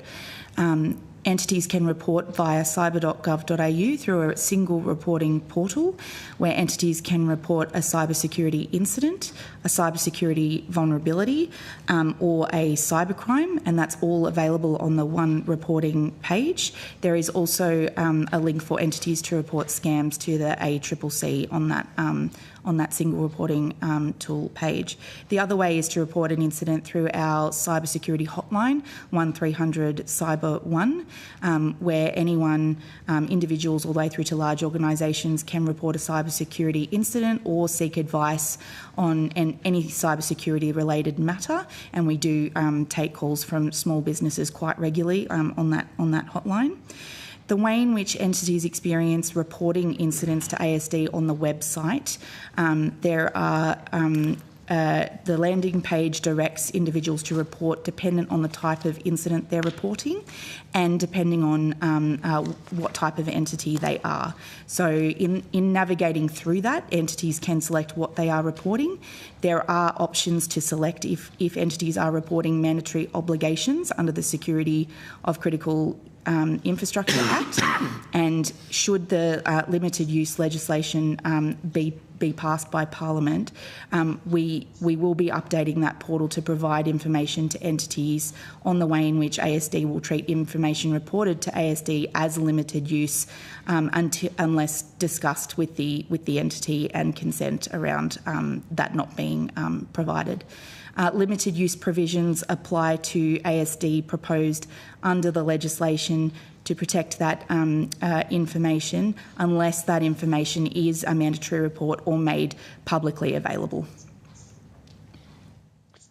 So the portal that ASD will have up and running, assuming this bill is passed, that will provide different avenues for whether it's a mandatory report or a voluntary report, and for the mandatory reports, whether that be through the portal, the cyber.gov.au portal, or the hotline, will that satisfy the mandatory requirements by automatically as soon as someone makes that report? That's right. As soon as they make the report, an entity can indicate whether or not it's a mandatory report, and unless it's selected as a mandatory report, ASD by default will treat information reported as limited use.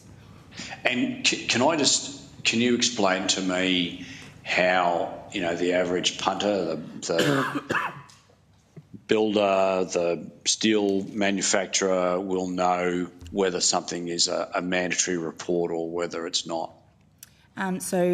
We have information on the website on reporting that talks about the requirements under the Security of Critical Infrastructure Act, and we also have a prompt, even if entities don't select that in the first instance, based on the type of organisation they're identifying themselves as or the type of incident, that they might have obligations under that Act, and prompts them if they haven't selected it in the first instance, and their organisational category might suggest that they do have those obligations. So we do have a prompt in there to help entities just think about that again if they meet the categories for what might be considered a mandatory report under the Act.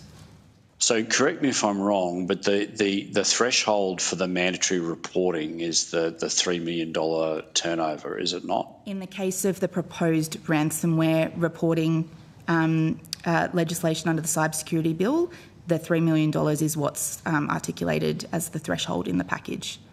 For the mandatory reporting? Yes. Yeah, okay. All right. And have you or will ASD engage further in consultation with industry groups, particularly small businesses, or COSBOA, about the friendliness of that portal as to the reporting requirements? Thank you, Deputy Chair.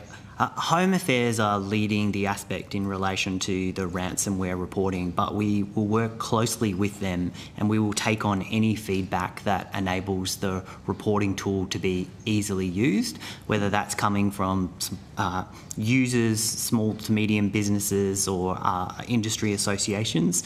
We want the tool to be as easy to use for people so that they can make the reports that they need to.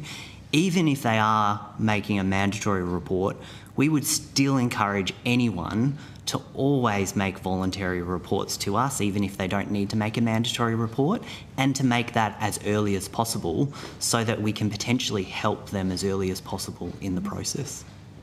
And get assumedly, we're not putting words in your mouth, but to build a picture, their information could be the missing brick in the wall that might assist you to help many others. That's right. The information is really helpful for us to understand if there is a trend emerging across the economy. It allows us to get ahead of different trends, to send alerts out to different sectors, or to identify if that other victims might be out there that we could alert them to. So this is about everybody providing information that can actually more broadly assist the community. Mr. First, what would you describe as the types of roadblocks or impediments that ASD has experienced in the past which have prevented businesses from reporting? I think we could certainly talk to a couple of case studies, and I'll ask Ms. Crowe to go into the detail, but it's really been our experience over the last few years that we have seen industry shift their engagement with us from a cooperation to directing that engagement through their lawyers. And so that actually contributes generally to slowing down the process and the information. And as we mentioned before, speed is of essence normally in relation to responding to a cybersecurity incident. And so ensuring that we have direct and cooperative communications with entities can help us respond. Why are businesses lawyering up? I'll just ask my colleagues to contribute the sort of information that they've heard from our colleagues in their engagement that are telling us that they're hesitant to share information with us. Certainly. Thank you, Mr. First. In our experience, the feedback we have received from industry is that they are being advised internally by the entity that they are working for that any reporting or sharing of information to ASD needs to meet minimum regulatory obligations and minimum reporting requirements, and they are given that advice generally by their legal counsel.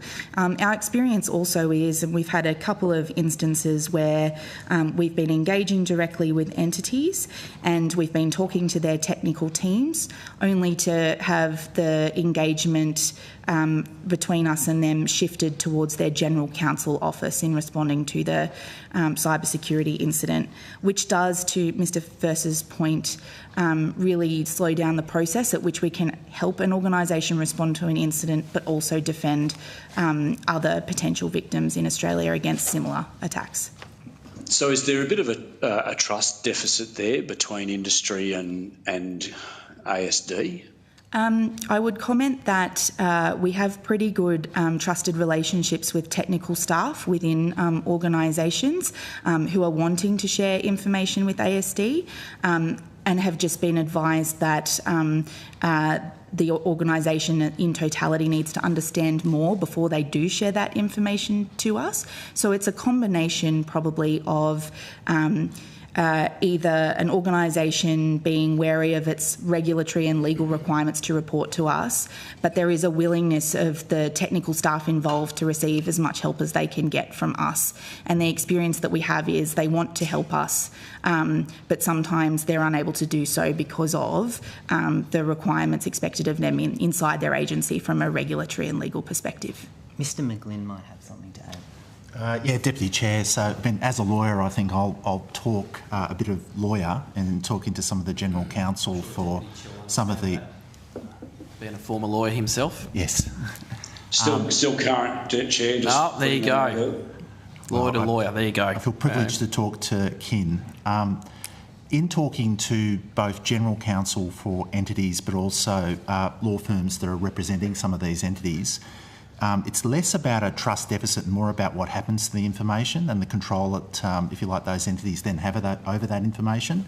And I think certainly the journey, if you like, of this particular legislation where we've landed on a limited use is about tipping the scales in a way where that information in our hands and those hands that we need to give it to is, if you like, tipping the scale so that it is protected enough that the entity then knows what's going to happen next. So, if you like, the legislative regime deals with a number of aspects. It deals with what we can use it for, who we can give it to, what they can use it for. So, if you like, whoever we give that information to then come within, if you like, the limited use house and are also subject to those same obligations that we are under.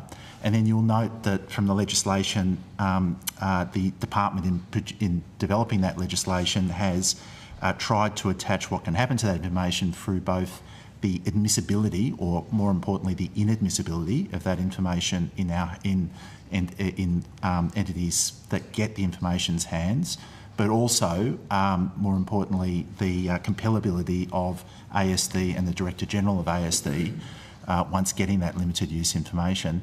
And probably, I suppose, the final piece, and this was something that did come up quite a lot in the consultations, was that preservation of any legal professional privilege that attaches to any of the information that's handed across. It's important that was a preservation. It's not an addition. It doesn't take away, but it doesn't add to. And that's, if you like, to tip the scales from a legislative sense, so that hopefully entities now, or certainly their General Counsel, will be advising, well, you are in no worse a situation of giving this information off from a legal point of view, but you are in a much better position of giving this information across quickly so that entities like my agency can engage in it early and in the way that we need to. What do you say in response to the Law Council's submission that they don't think that the bill goes far enough in expressly negating the situation that the disclosure of privileged information could be seen as a waiver of that? Well, I mean, what I would say is that the legislation is quite clear on the face of it that it preserves any existing legal professional privilege. I would suspect that industry, I mean, this is, as I said, trying to tip the scales. It doesn't go all the way to a safe harbour, which of course is important because we need, there's always that balance that needs to be struck between getting enough information early enough to do what you need to about that particular incident or potential incident, but also still having regulators and law enforcement being able to undertake their role to protect the Australian community. I would say sure, but specifically in relation to their submission. Yeah, or specifically in relation to their submission, I would say that they would always like more protection, but I feel that the legislation as it's drafted, it preserves the legal professional privilege that would exist pertaining to that information. So they are, if you like, legislatively no worse off in providing that information, and therefore it wouldn't be considered waiver in handing that information across to ASD or it being dealt with within the limited use provisions. I think that they would take issue with that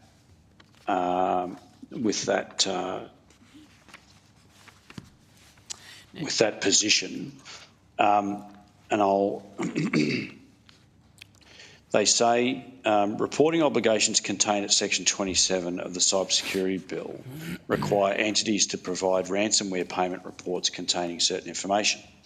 They say unless there is an express abrogation, the obligation to report would be subject to a presumption of statutory interpretation that information subject to legal professional privilege would remain protected and not subject to disclosure.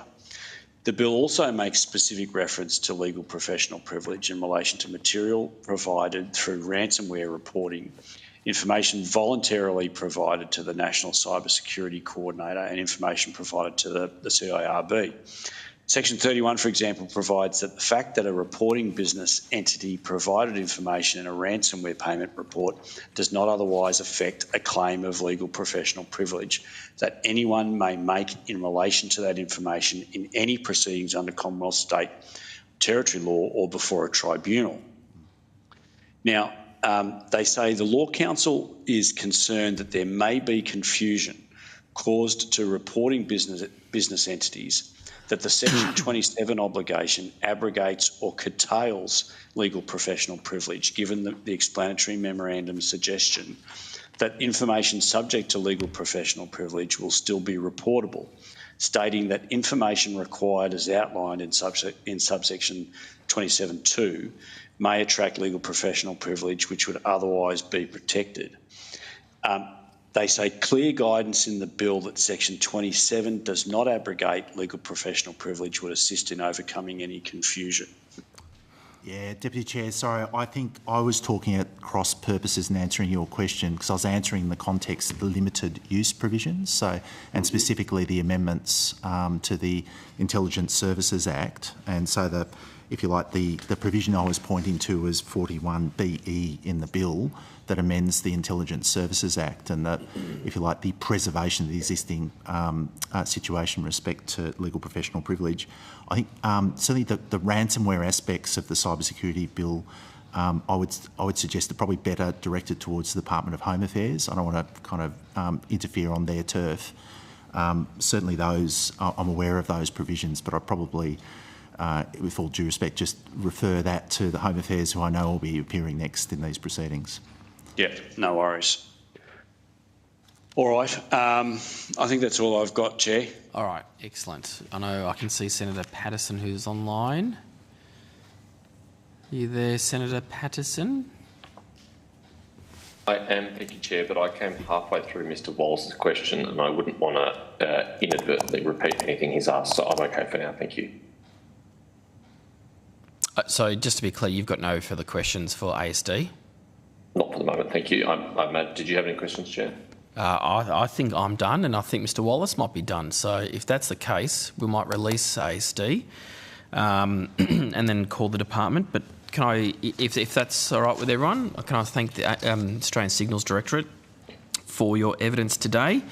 Due to the very short time frame of the inquiry, any questions that you've been asked to take on notice to provide back an answer to those questions, can you please do so by 12 p.m. noon on this coming Monday? And we'll also send a transcript of the evidence, so you'll have an opportunity to request any corrections should there be any errors. We'll suspend very briefly and have the Department of Home Affairs appear. Thank you, Chair.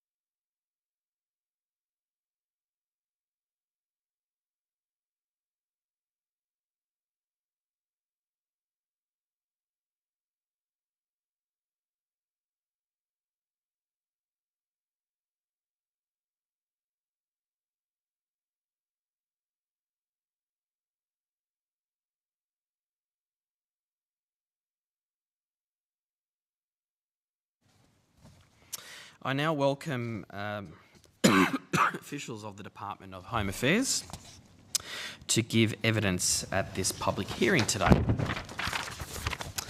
For the Hansard record, could I ask that everyone at the table state their full name and the capacity in which you appear before today's committee? And we might start with the Deputy Secretary first. Hello, Hamish Hansford, Deputy Secretary, Cyber and Infrastructure Security, Home Affairs.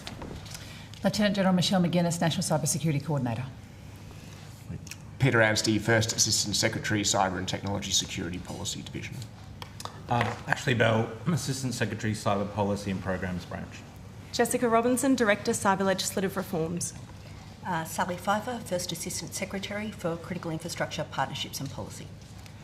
Emily Grant, Assistant Secretary, Critical Infrastructure Security Policy Branch.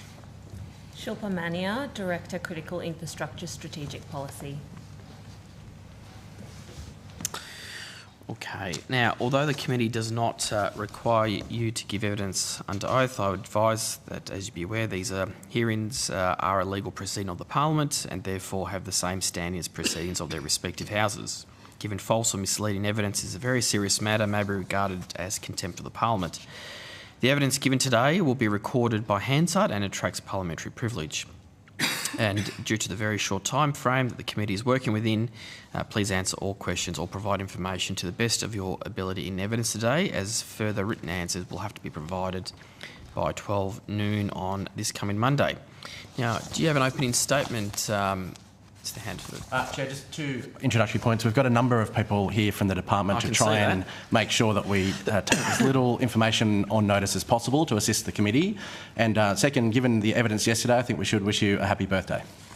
Oh, thanks, Hamish. I appreciate that. I also do not like birthdays. So. But no, thank you very much for that.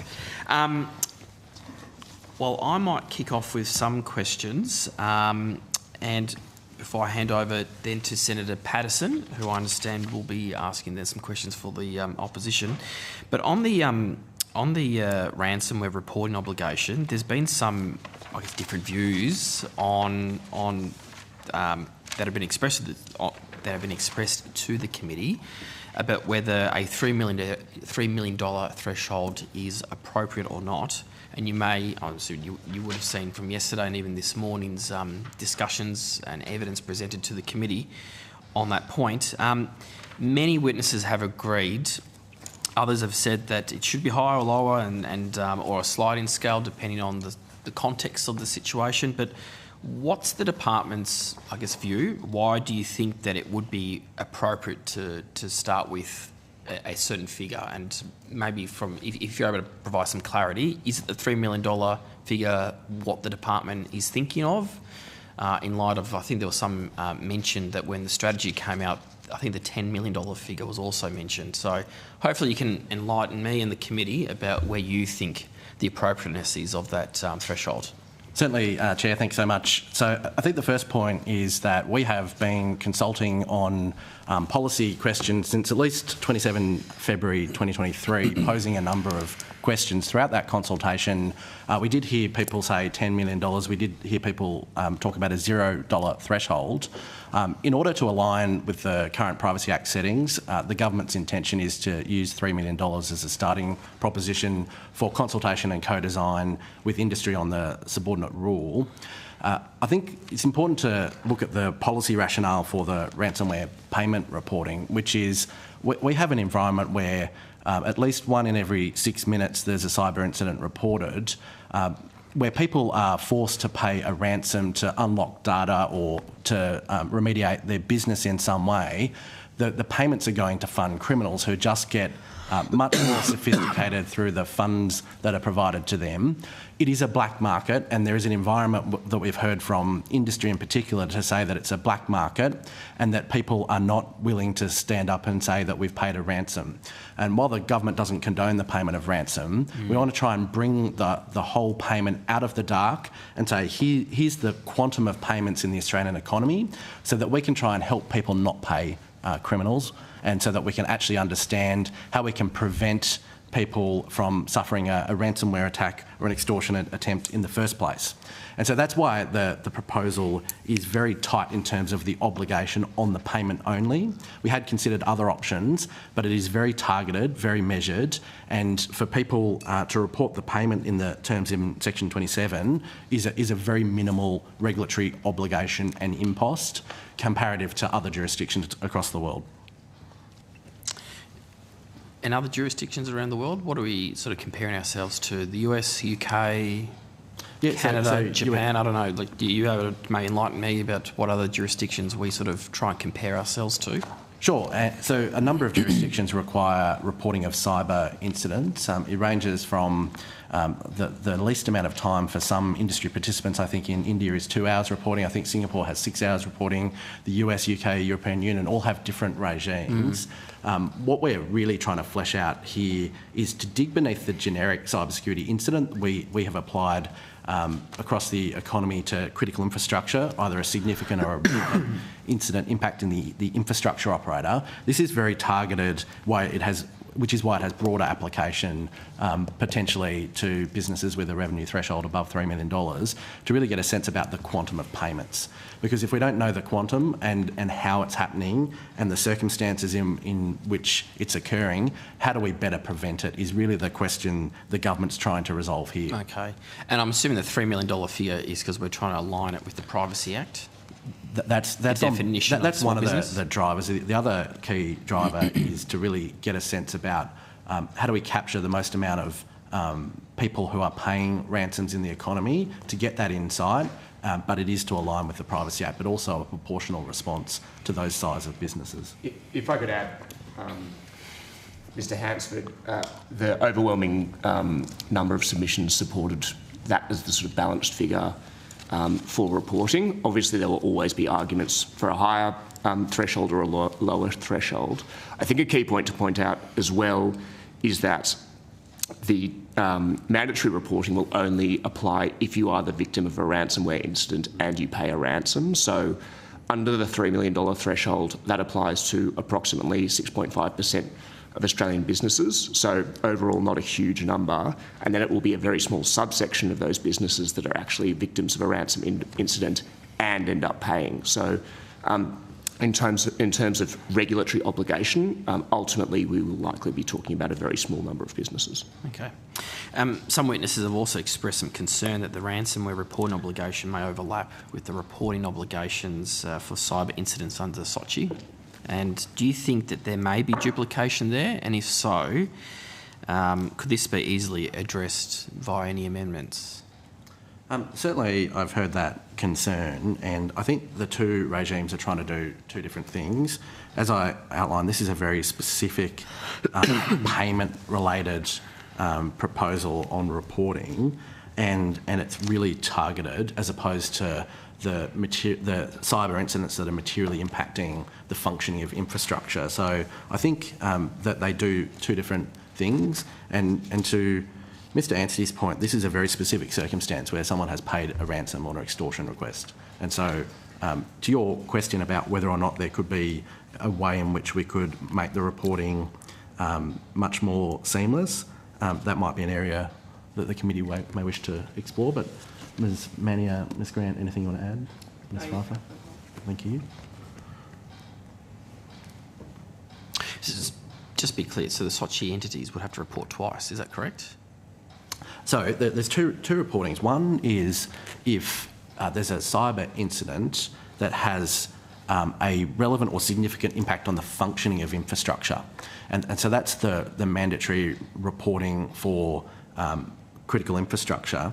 This is about something different, which is people who have paid the ransom. And so it is plausible that someone could report under the Security of Critical Infrastructure Act about something that's materially impacting their business and then make a subsequent report that they've paid a ransom, yes.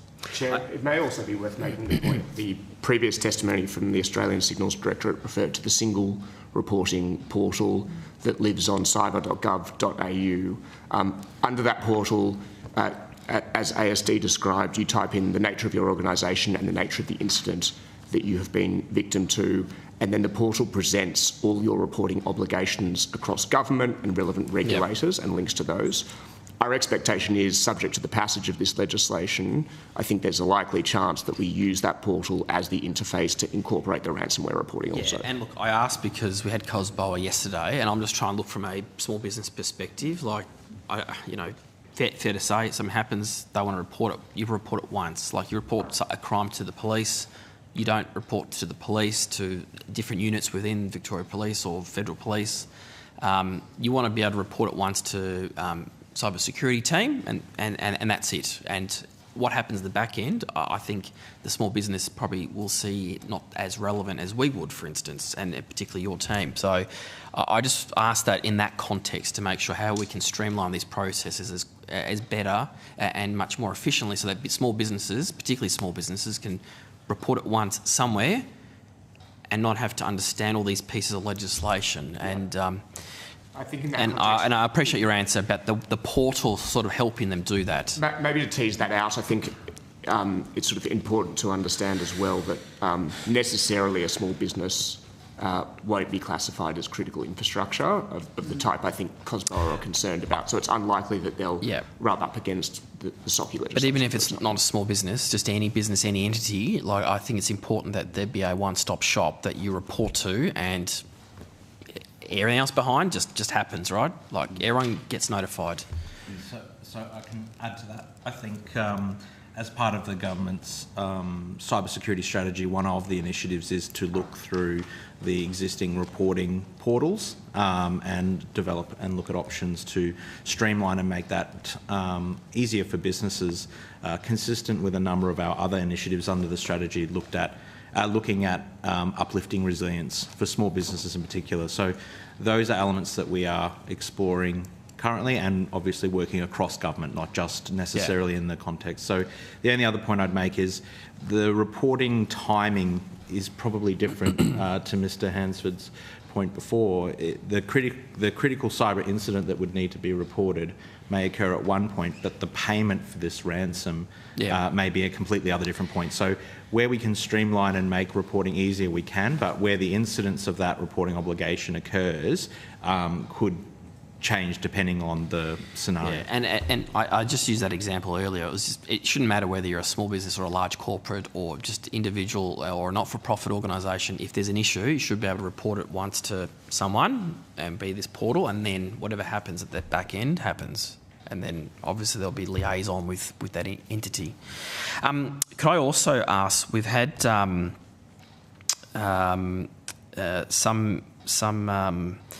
members, particularly those representing small businesses, having concern about the enforcement of ransomware reporting obligations and the burden that would place on SMEs. We had some discussion around paragraph, I think, 222 in the EM about the education first approach, or the enforcement approach referred to in that paragraph. I was just curious whether you might be able to flesh out for me and the committee how this might address some of those concerns that were raised yesterday by the business panel. Certainly. So in any enforcement and compliance framework, and certainly the one that we have for the Security of Critical Infrastructure Act implementation, we effectively use the Braithwaite triangle of enforcement, which starts with education, engagement, awareness raising, and only take actions like infringements and imposition of a pecuniary penalty where there's serious non-compliance. And so I think when you think about the fact, on the one hand, that there is a penalty unit, the easiest way to avoid the penalty unit is to, first of all, comply with the obligation. Second point is that even if you didn't know about the obligation, or for some reason there was an inexplicable reason that you didn't comply, and you would normally comply after you've become aware. So if the department contacted an entity that hadn't reported but they weren't aware that they had to report, and then they made a report, we would take action that would be about engagement, awareness, and trying to get the outcome that the legislation intends before there's any pecuniary penalties applied. But if it was blatant non-compliance, then that would be a different action. So I think that when you're talking about the legislation, yes, it is true there is a 60-point penalty unit for non-compliance with the reporting obligation, but on the other hand, there is a well-established enforcement and compliance framework that regulators use to engage with all types of industry. The other issue too that's come up is around the Cyber Incident Review Board and probably the composition of that board. We've had some discussion about that at some length here. Why has it been proposed that the board be made up completely of APS staff? And why do you think that's more appropriate? Noting that there's an expert panel that sits underneath that.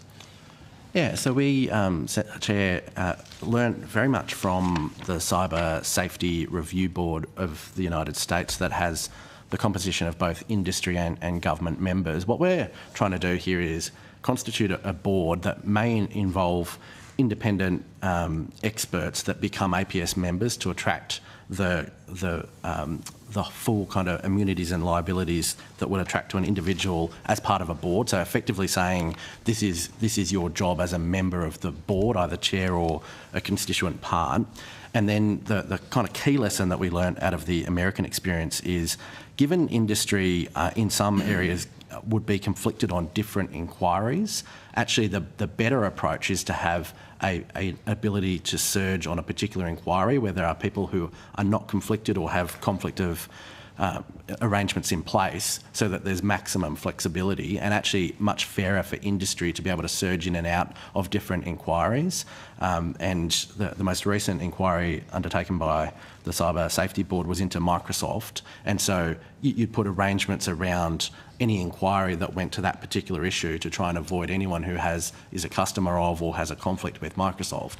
And so the government's proposal here is to create a very small core of APS employees to manage the board and to be much more flexible in its implementation to involve more industry partners and players and have more equity there, but also to be able to have maximum flexibility in the implementation of any sort of inquiry by the Cyber Incident Review Board. But Mr Anstey, do you want to add? Maybe to add to that, if you look at the sort of nature of the incidents that the board will be investigating, and there's been some discussion in previous testimony around law enforcement inquiries or other inquiries that relate to cybersecurity incidents from regulators, for example. Section 46(3) is fairly specific about the sort of nature of the cybersecurity incidents we're examining, where they affect the defence of Australia or national security, complex new technologies being involved, serious impact on the Australian people, for example. Necessarily that will involve a whole of government perspective that I think the APS brings, whether that's drawing on the coordinator's experience, whether that's drawing in ASD, the experience from Home Affairs, who are the sort of likely components of the board. Then, as Mr Hansford said, we'll take industry expertise that will satisfy the investigation of the specific incident and supplement the board with that knowledge. So in a practical sense, are you trying to then co-opt some people from the expert panel, or what? Can you maybe explain to me the practical reality once this board is, let's say, set up? How does it then engage with the expert panel? What's the plan? Hello. Members of the expert panel will be brought forward based on their expertise for a particular incident. So having the structure that we have partly assists us with the use of powers to make sure only the chair, and when necessary if a standing member needs to step up to take the chair's role where there is a conflict of interest, they are able to use the powers that you'll see under section 49 to gather information. It would be inappropriate if a member of an expert panel were to be able to use similar powers. So that's partly why the composition has been done the way it has. But also the expert panellists come from a variety of backgrounds, so academia, law backgrounds, experts in a particular sector, and it's appropriate that when a specific cyber incident comes forward, we have that expertise in the room.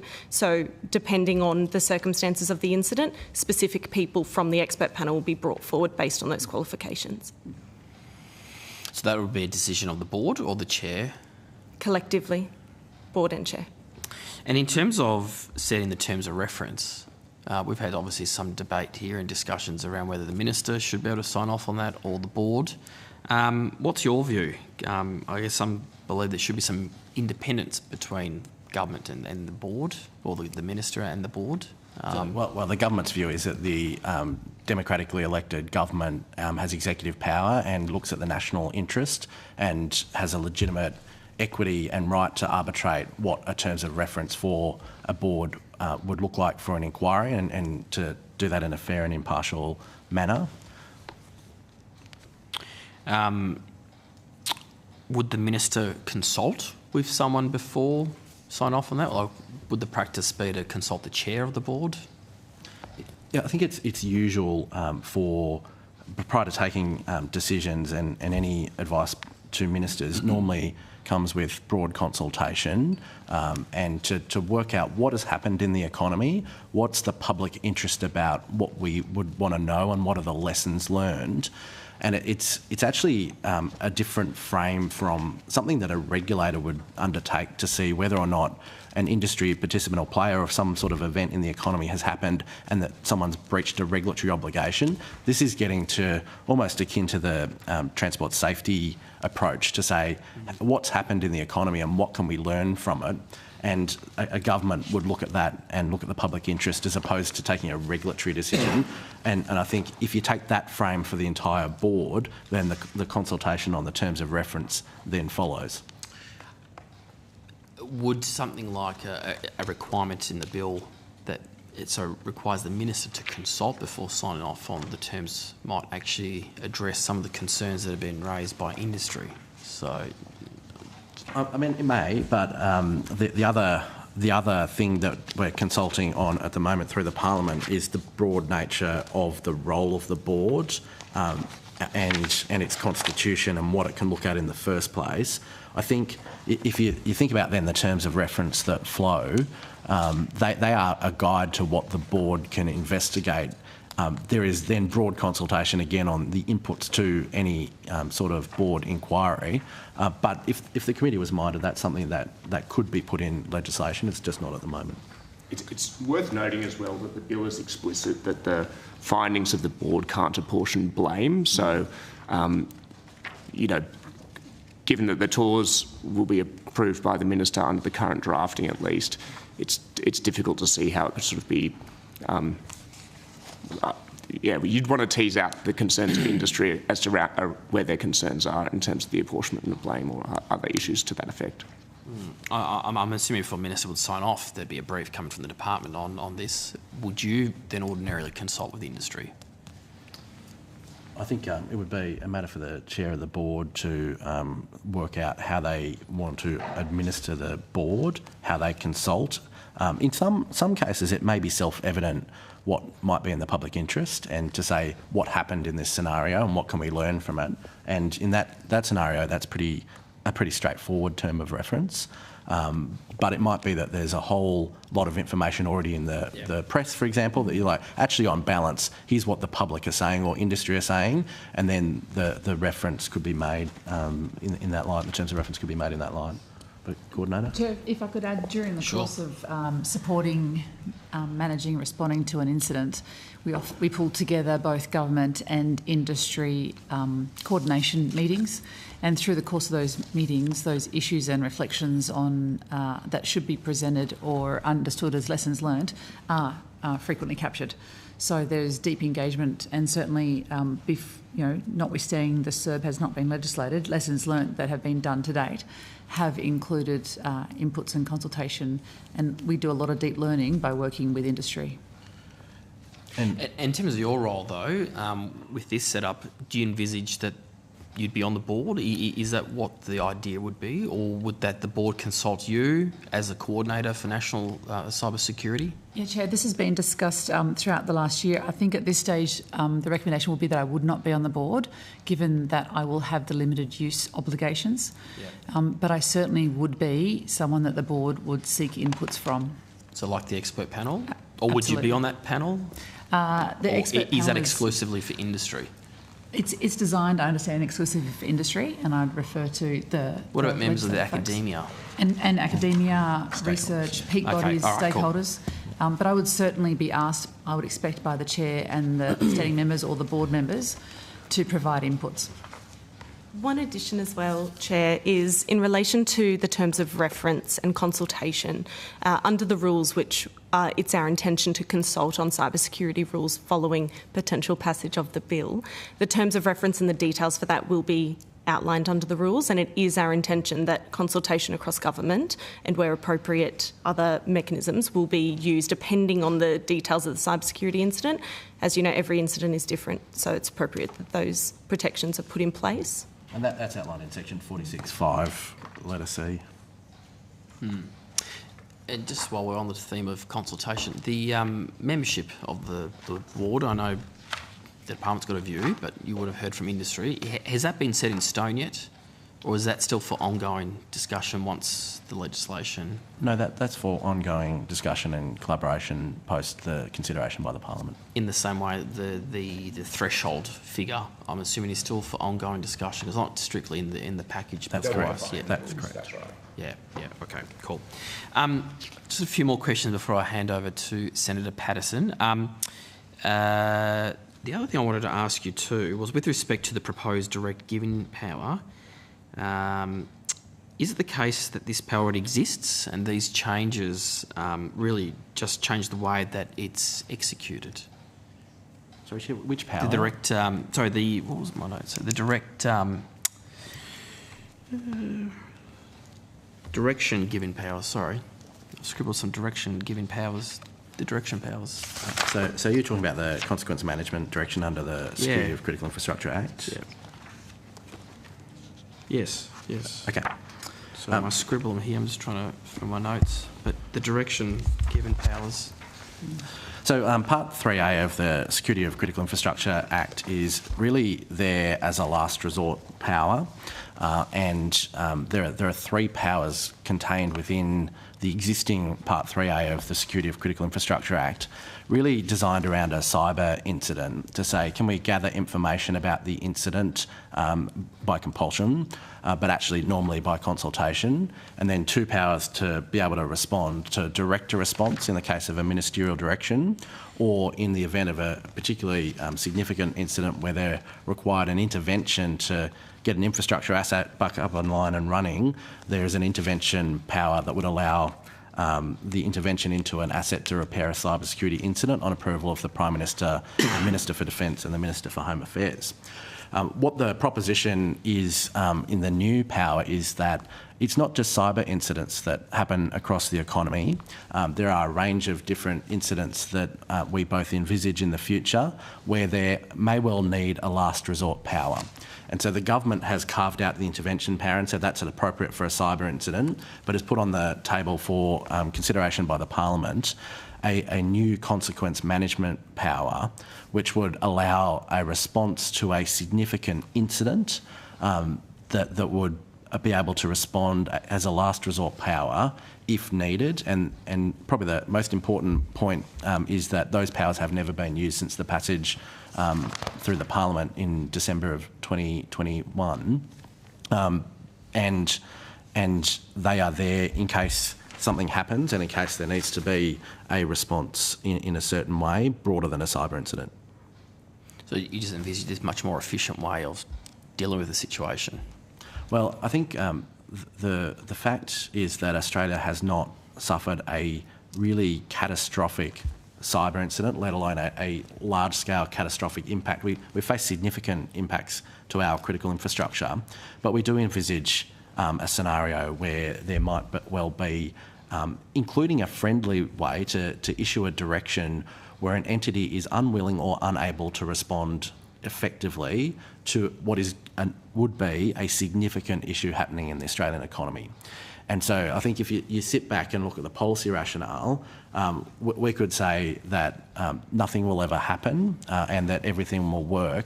But we do look at different scenarios and say, actually, if everything else fails, where's the pull glass lever? And say, how do we respond effectively where someone can't affected a response. And if you think about the government's role about a major security incident or a major issue impacting our prosperity, then that would be a particular area where a ministerial direction to direct a response would be able to both provide, in the sense for an infrastructure asset, certain immunities by taking certain action, and have a direction of the government to be able to respond.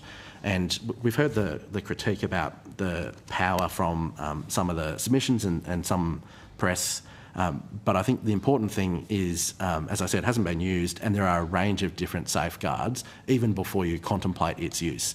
And if it's being used, something has dramatically gone wrong. Okay.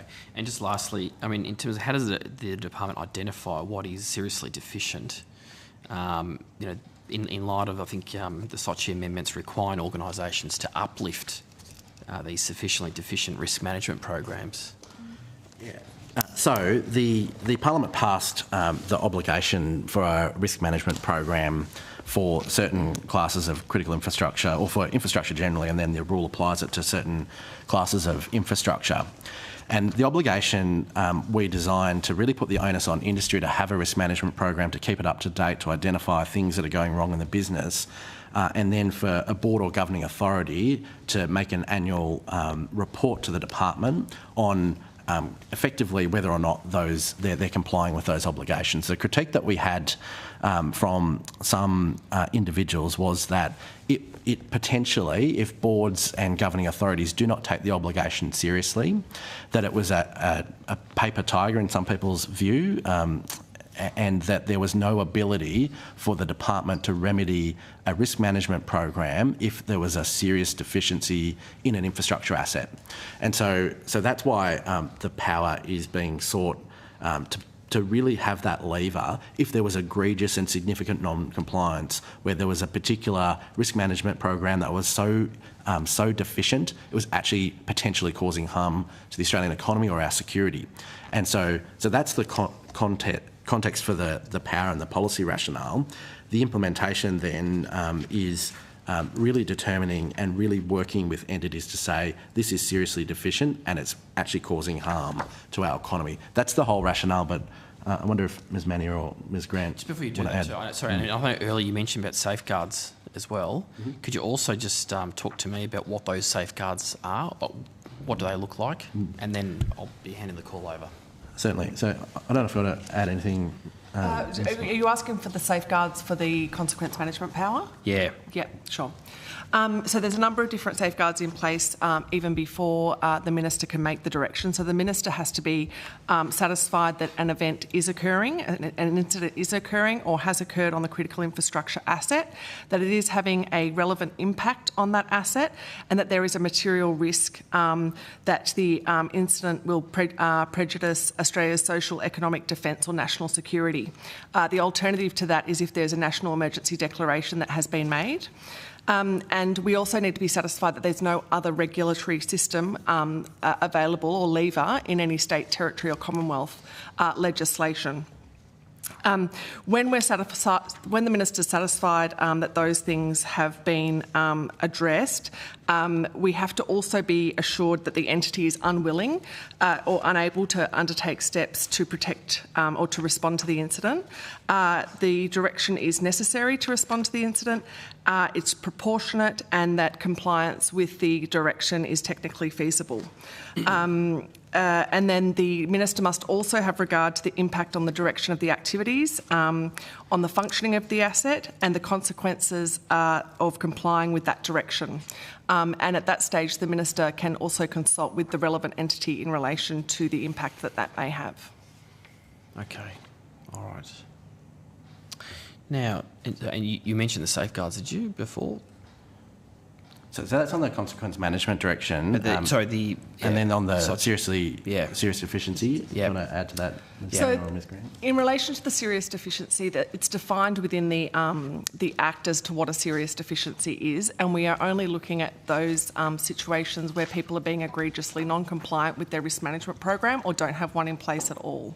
And so the safeguards there, I mean, apart from the legislation, a lot of what we do with our industry partners is education. And so by providing an education role, hopefully we never get to a situation where we're actually having to direct an entity to review or remedy their risk management program. And if I may add to that, Chair, built into the legislation is a requirement for the regulator to consult with the entity and consider their response before issuing a direction, which again reflects that last formal step, but in accordance with the compliance posture that the Department of Home Affairs has, there would be voluntary engagement with the entity in the first instance before we resort to using the power. In addition, of course, to procedural fairness, natural justice and any bias issues that feature in administrative law. All right. Thank you very much. Now, Senator Patterson, who's been waiting patiently. Senator Patterson, you've got the call. Thank you, Chair. You covered a number of areas that I was going to, so I won't need to return to those, which is efficient. Thank you very much to all the witnesses and particularly for all the work you've been doing on this bill for some time.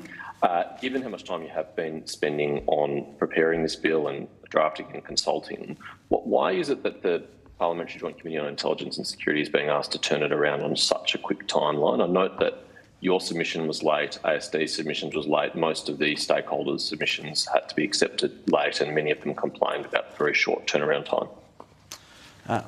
Thanks, Senator, for the question. I think in response there has been extensive consultation, including that first consultation paper on the cybersecurity strategy on 27 February to 15 April of 2023, a number of consultations. This is a key part of Australia's cybersecurity strategy and its implementation. It is a key action in the first 2 years, and the government has seen that to give it high priority status and asked the committee, based on the extensive consultation that has been undertaken, including 2 consultation papers at least, a draft legislative package, and hopefully you're seeing in the quality of the submissions, albeit maybe slightly late, that there is already significant understanding of the legislation and that there's already a strong kind of position put where we think that we have adequately taken on board the consultation feedback, and that's the kind of key justification for why we've asked for expeditious consideration by the committee. Sure. No one could criticise the consultation process you've done in this bill. It has been exhaustive and extensive, but the parliamentary committee process is a standalone part of the process, an important part of the process, because it's the only opportunity for the elected representatives of the people to have an opportunity to consider it. And we may come to a different judgment that the department has come on that a stakeholder objection should be incorporated. But if you limit our time to do that and limit the opportunity of stakeholders to bring those matters to our attention, you make our job more difficult. So what is the urgency of this bill? And if it was so urgent, why couldn't it have been introduced earlier so we could have conducted a longer inquiry and normal inquiry process? Senator, as you'd appreciate, the timing and urgency of a bill is really a question that should be directed to the government, probably rather than the department. But to reiterate Mr Hansford's point, the bill addresses a number of existing gaps identified in the 2023 to 2030 cybersecurity strategy and has widespread support. So I think to speak to sort of the strategic imperative, further delays, particularly in some of the measures ASD have covered off limited use, for example, whilst we're facing a rise in the sort of threat environment and the prevalence of cybersecurity incidents, leaves us exposed to those. I agree, and that's why it's unfortunate that the committee has been placed in this position of having to consider it very quickly. When was drafting instructions first issued for the bill? Well, there are 3 bills, Senator. The package of bills. I think you know what I mean, Mr Hansford. Have you got that date?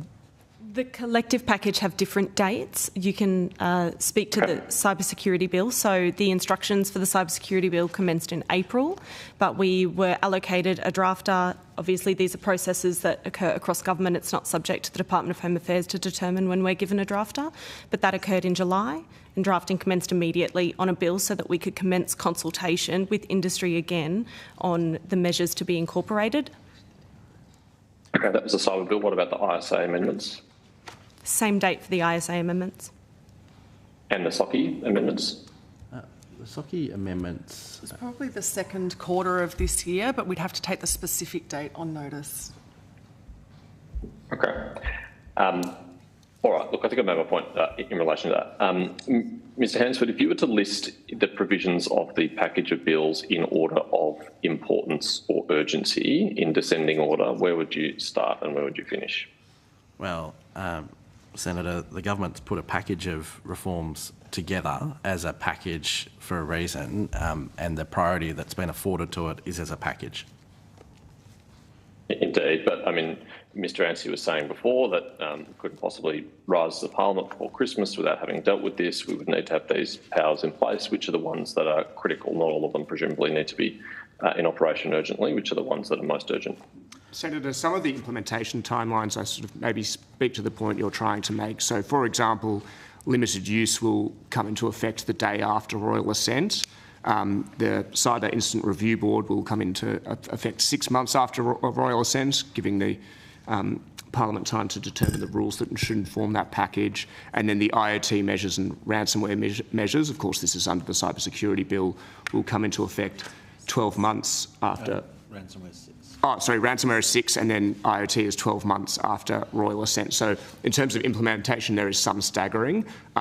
You'd appreciate that, say for limited use, where there's been sort of strong arguments made both inside government from the ASD as well as from a number of the consulted parties, that can come into effect immediately. Something like the IoT standards, which we see as a very necessary measure to benchmark us against international best practice, we are giving a longer phase time such that we can continue to consult an industry and make sure the design of the laws are fit for purpose. And further to what Mr Anstie has outlined, much like the cybersecurity strategy, the full measures of the cybersecurity bill target different parts of our economy, so each are important based on the area that they target specifically, so we wouldn't consider any of them to be higher than the other. Okay. Well, let's start with limited use. What's the rationale? Why do we need limited use obligation? Yes, Senator, I'm happy to take that. This is to continue to build on our trust with victim entities, to ensure that they are confident that they, in the information, particularly in the early hours, days of an incident, where we're encouraging both myself and my staff and the Australian Cybersecurity Centre for them to fully open the doors so that we can understand the threat, who it's impacting, why it's impacting, what is the source of it and what are the consequences across the Australian economy, and seeking to rapidly minimise the harm from my perspective and ensure the vulnerability isn't further extended or applicable to other sectors across for the ACSC. So that's a confidence building measure that the information that's provided under those circumstances aren't provided to regulators or, in the main, available for subsequent criminal or civil proceedings. You said it was a measure to build trust, but I mean, I think the truth is it's about restoring trust, isn't it? Senator, I think it's taking the next step in building trust. The incidents in the main, for the great majority of incidents I've supported across the economy since I started in the end of February, we have had strong partnership with the victim entity. It's increasingly done through solicitors and lawyers through fear of that exact issue of the information being used for a different purpose. I don't think that's about rebuilding trust. I think that's about extending and taking the trust to the next level to most effectively and efficiently respond to the incident. Thank you. I'll come to that legal issue in a moment. But, I mean, ASD says in their submission there's been declining sharing of incidents. So it's not like we've been at a stable level or growing and we need to grow further. We are trying to turn around a negative trend here, aren't we? Well, Senator, and I'll defer back to the coordinator for final response. Of course, there are two applications of limited use in this context, one under the ISA and one establishing in law the coordinator's position and then providing, yes, I'll come to that too, yeah. Providing her with limited use obligations. So I think well, I'll let the coordinator speak for herself, but it may be too early to speak to the dynamic of reducing trust or increasing trust given the newness of the function. In the context of ASD, I'll refer to you their previous testimony in the last section where they addressed this specifically. Yeah, and I mean, the previous Director General of ASD first called for this provision, I think almost 2 years ago now, at least 18 months ago now, Rachel Noble, and she said in the wake of the Optus incident and the handling of that, it was necessary to restore that trust. So, I mean, we shouldn't beat around the bush here. I mean, there has been a breakdown in relationships here that needs to be addressed, and more comfort needs to be given. I think that's the truth, isn't it? Senator, I think that one of the key drivers when we introduced mandatory cyber incident reporting for particularly critical infrastructure, and a number of other regulators have similar requirements, particularly if you're prudentially regulated, that there has been a change in our environment globally where there have been class actions. And so to the extent where there are companies who face class actions, rightly, I think if you're thinking about the protection of a company, lawyers and vetting about what's mandatorily reported has, I think, impacted the environment, which is why we're trying to shift the dial here to say that and divorce the two concepts from regulatory reporting that is mandatorily required to freeing up the environment based on case studies like have occurred where there have been class actions, to say here's a regime where we can try and protect you to get in early and engage and give you confidence that the government will treat that information in a protected way. And it's about building and that trust, as the coordinator said, to give people comfort that they won't then be subject to a class action or some sort of litigation because of that early sharing.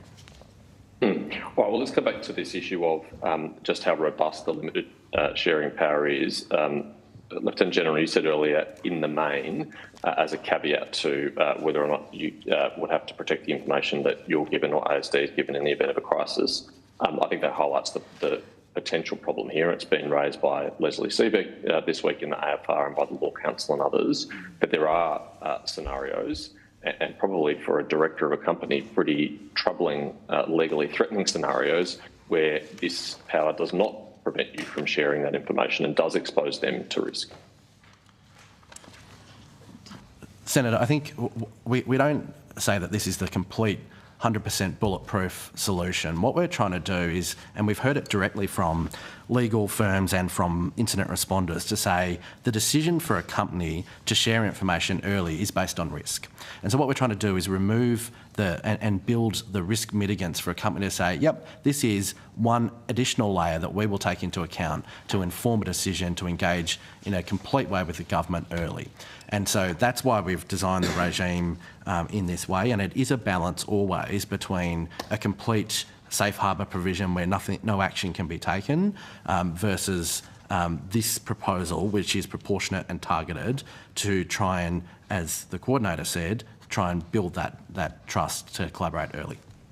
But if one of the rationales is to get the lawyers out of the way in the middle of a cyber incident so that we have rapid and unimpeded sharing of incident details so it can be addressed, how are we going to effectively do that if every director of a company and the management of the company is going to be still reliant on legal advice based on what legal risk they are opening themselves up to by sharing with ASD or the cyber coordinator?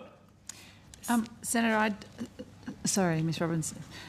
I'd offer that it's not to get the lawyers completely out of the way. It's to speed up the process. We work with a range of lawyers who are also incident responders and are actually super useful in ensuring that their client has the right information. It's about giving them the confidence that they can advise their client as much as it is working directly with entities and not having a barrier in both time and access to information. I think you probably know the point I'm making. We've had evidence here in previous inquiries into previous bills like this where we've heard that entities under attack required all communication to go through their legal team, refused to cooperate with ASD and other entities in the middle of a crisis and made the efforts to mitigate that crisis far worse. That's the problem we're trying to avoid, isn't it? Yes, Senator, absolutely. Sorry, did you want to? I did. Thank you. If it's helpful, Senator, some of the information protection provisions that we've expressly included in the limited use measure go towards that exact issue. So we're maintaining the protection of legal professional privilege for any information that's passed over. There's also admissibility protections except in express circumstances that you can see in section 42 of the bill. So we're not trying to remove legal personnel out of the picture when it comes to a cyber incident. We are trying to encourage, however, businesses to not be fearful that if they don't get everything absolutely right when they're engaging with government from their perspective, that information will not be used against them for future proceedings. So we're not removing... And this is the key point. And this is the key point. They will gain a protection against that material being handed over in a class action. Good. I think that's very sensible. They'll gain protection from being given to the Privacy Commissioner as part of investigation. Good. They do not gain protection from criminal proceedings.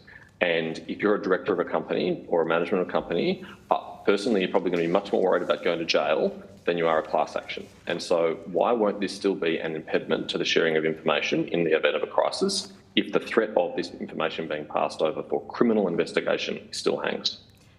Senator, the only criminal proceedings for which the information would be admissible under Section 42(2)A relate to dealing with false and misleading information or obstruction of Commonwealth public officials, but otherwise it is inadmissible in a criminal proceeding. Senator, I think the media haven't got this all exactly correct. Okay, well, it seems to me like there's still a real risk of criminal proceedings. Why couldn't those provisions also be carved out? Because in our consultation, we didn't consider it appropriate to provide a safe harbour in those circumstances, that in certain criminal proceedings it is appropriate for certain information to still be passed over, but this has been expressly outlined in the bill for complete clarity, so there is nothing that is ambiguous about how this is to be interpreted. No, I'm not suggesting there's ambiguity. I'm suggesting there is clarity, and the clarity will be alarming for some people. That's the point that I'm making. They won't have comfort that the whole rationale for this is to make it a trusted sharing environment, and it doesn't obstruct future criminal investigations. Of course they should happen. Everyone supports, really bad conduct being prosecuted. Just that prosecution shouldn't be aided by information shared in good faith in the middle of a crisis with the Signals Director or the Cyber Coordinator. And Senator, I think information shared in good faith in those early stages are protected. It's only if there's intentional misleading information that is provided. And this is really about those first hours and days where the first story is never the full story, and they're allowed to speculate and think out loud so we can explore the causes and the consequences. Okay. I want to understand the rationale for explicitly including the Cyber Coordinator in the information sharing protections and or therefore also specifying that the role of the Cyber Coordinator in legislation. What's the rationale for doing that, given that, as I understand it, the provisions of the ISA already state that anyone who's working with ASD is subject to their protections of ASD? To clarify, Senator, are you asking in relation to the ISA bill that there's an express provision that enables the sharing with the coordinator? No, what I'm asking about is what is the rationale for including the Cyber Coordinator explicitly as part of the information, the limited use obligation, given that, as I understand it, but correct me if I'm wrong, anyone who's assisting ASD in response to an incident is already captured by the ASD provisions. Senator, if I can jump in there are additional protections that I have as a coordinator, specifically relating to preventing or mitigating material risk of the cyber incident that could seriously prejudice security, defence, socio-economic stability of Australia, and preventing material risk to critical infrastructure. So there is, and I am not covered under sharing with the Inspector General, for example. So we have slightly different, very, very minor different additions. But this is to separate the technical remediation under which the Australian Signals Directorate would take the information to actual consequence management. So understanding the impact across the Australian economy of that incident. So it's your view then that the Cyber Coordinator's role is very clearly the consequence management role, not incident response, and it's ASD which leads incident response? Senator, the incident is broader than that. My job is to coordinate all components of government to support an incident, and specifically for my role in preserving the independence of those operational elements for ASD and the AFP to get after the technical details or the criminal prosecution to coordinate on consequences. I think only if you think of incident as a technical issue rather than an incident that affects across the economy and consequences from credentialing information through to privacy, I would count them all as part of the incident. Not consequence management? I think consequence management is in support of incident management.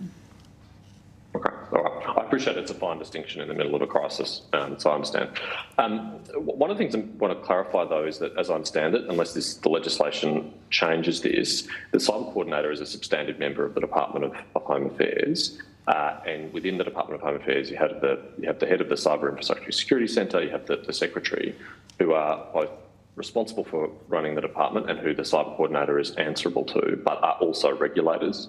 So is the cyber coordinator prevented from sharing the information with Mr Hansford or Ms Foster? Senator, yes, I answer directly to the Minister for Cybersecurity, and in cases where limited use would prevent me sharing with the regulator, then I would not provide that to my colleague, Mr Hansford. And or the Secretary?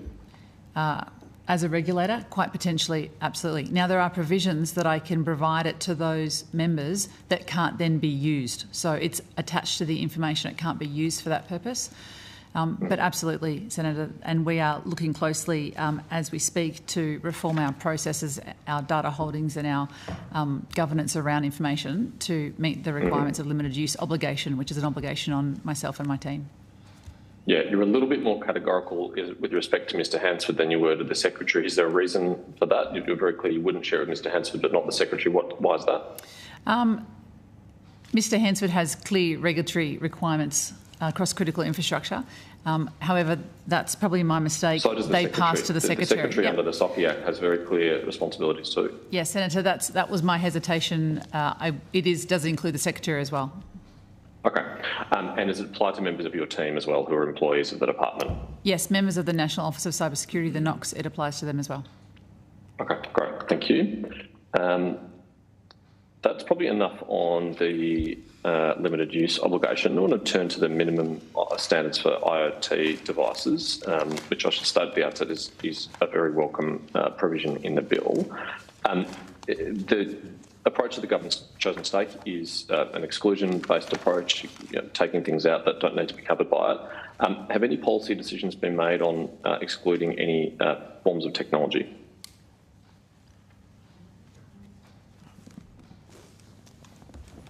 So obviously in contemplation of the power, the decision was made by government on the final settings for what would go in the legislation, and we have contemplated what some exclusions might be, but there has been no specific government decision on any exclusion.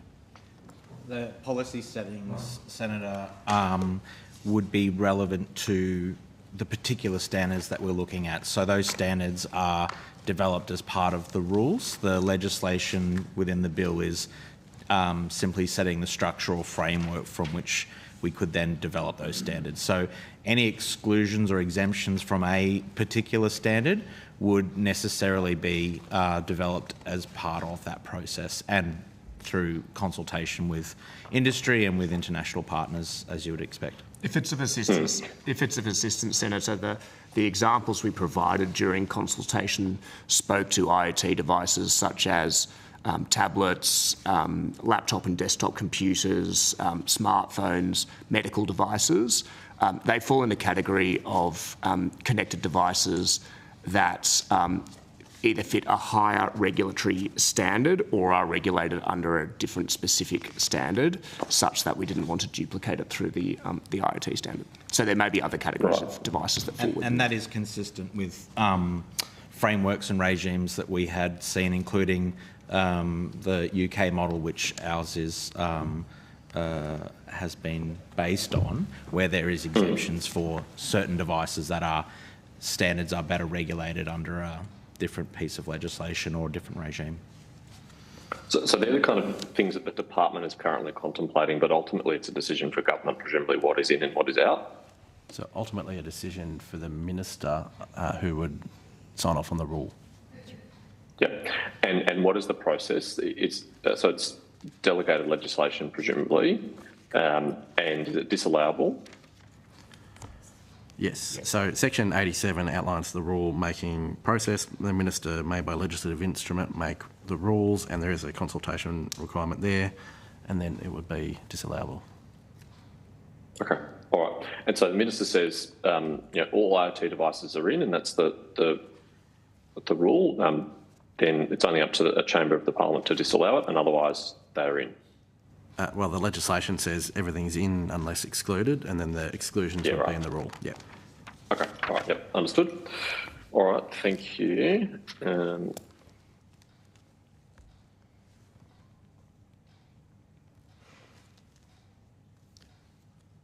They're my high priority questions for now, Chair. I'm just reviewing my other questions to see what else I need to ask. So if the Deputy Chair or anyone else want to jump in the meantime, I'll just quickly review what else I need to ask in the 15 minutes we have left. Okay, all right.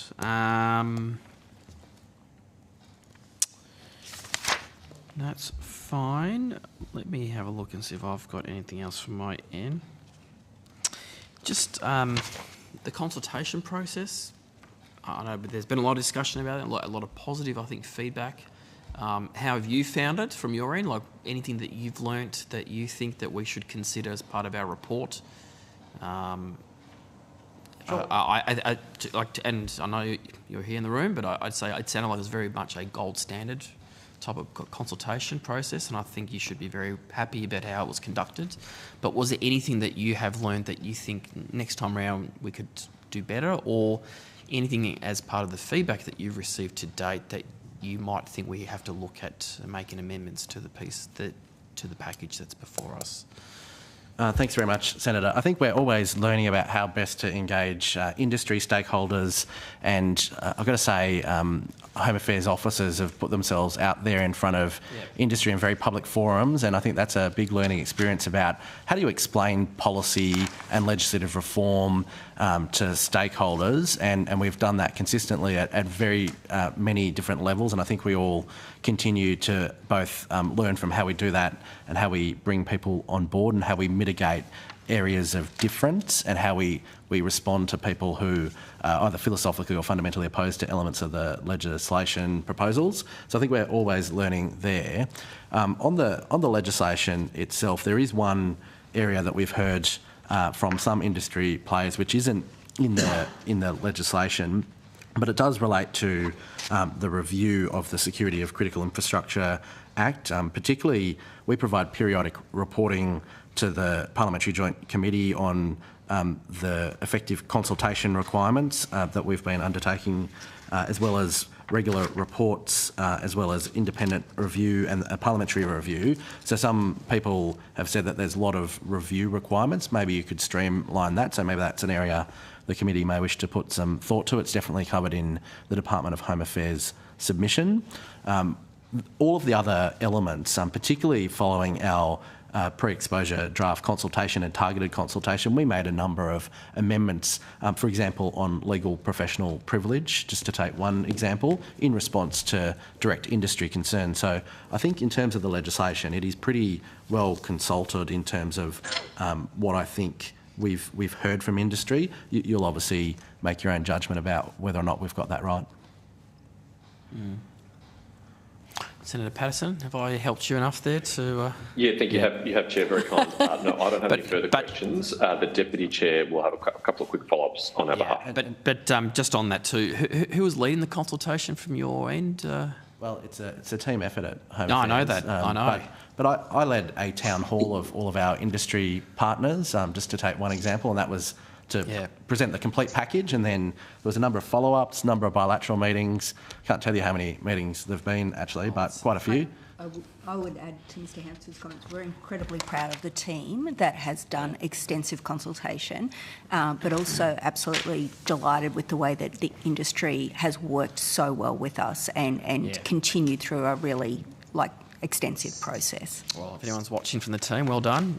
Chair, we have the response to Senator Patterson's question. We took on notice just to try and assist the committee. Sure, jump to that now, drafting and then instructions. I'll hand over to the Deputy Chair. Certainly. Great, thank you, Chair. Senator Patterson, you asked earlier in relation to when the DIs were provided. So we provided drafting instructions on the SOCI amendments for measures 1 to 4 on the 8th of March and for measures 5 to 6 on the 29th of March. Thank you. And just also on notice, when the Cabinet signed off on the final package. Senator, we wouldn't normally give Cabinet dates, but government has obviously considered the package. I guess he's trying, you know. Okay, I thought I would try. Yeah, I know. Come on. I used to do that when I was in opposition. Now it's different. But now, Deputy Chair, you got the call for the last 10 minutes. I know I should just flag, we do need to finish 1 minute before 1 because we need to be done by 1 o'clock. The room booking needs to be used by something else, I've been advised. No worries. I'll be brief, uncharacteristically brief, Chair. Mr. Hursford, you spoke about the $3 million ransomware threshold, and you spoke about the alignment with the Privacy Act.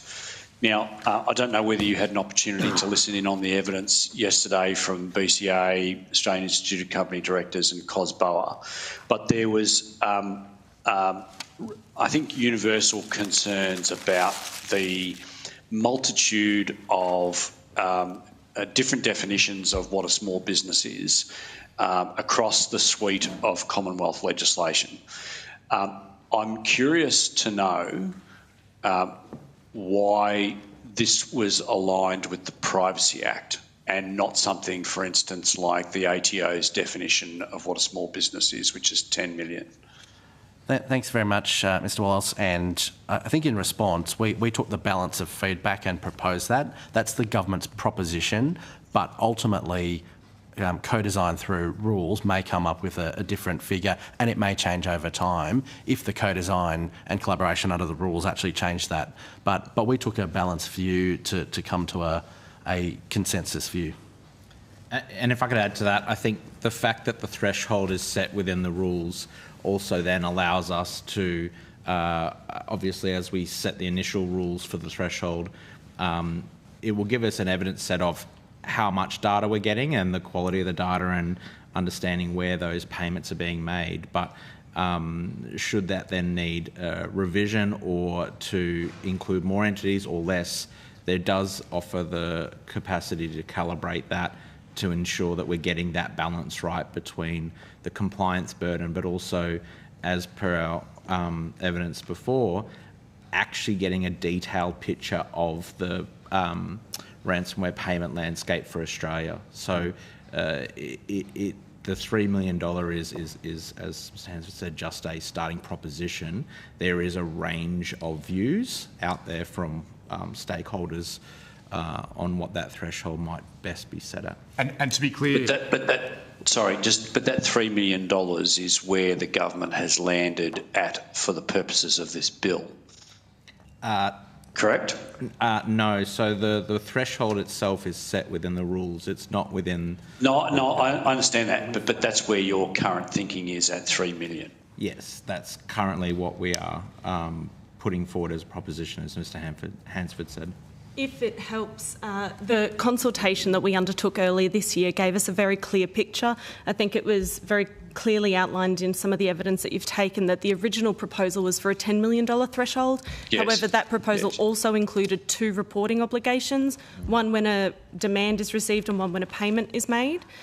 The feedback that we received during consultation highlighted some of the regulatory burden, but also the necessity to be able to measure the ransomware impact on smaller businesses who are just as affected as larger businesses.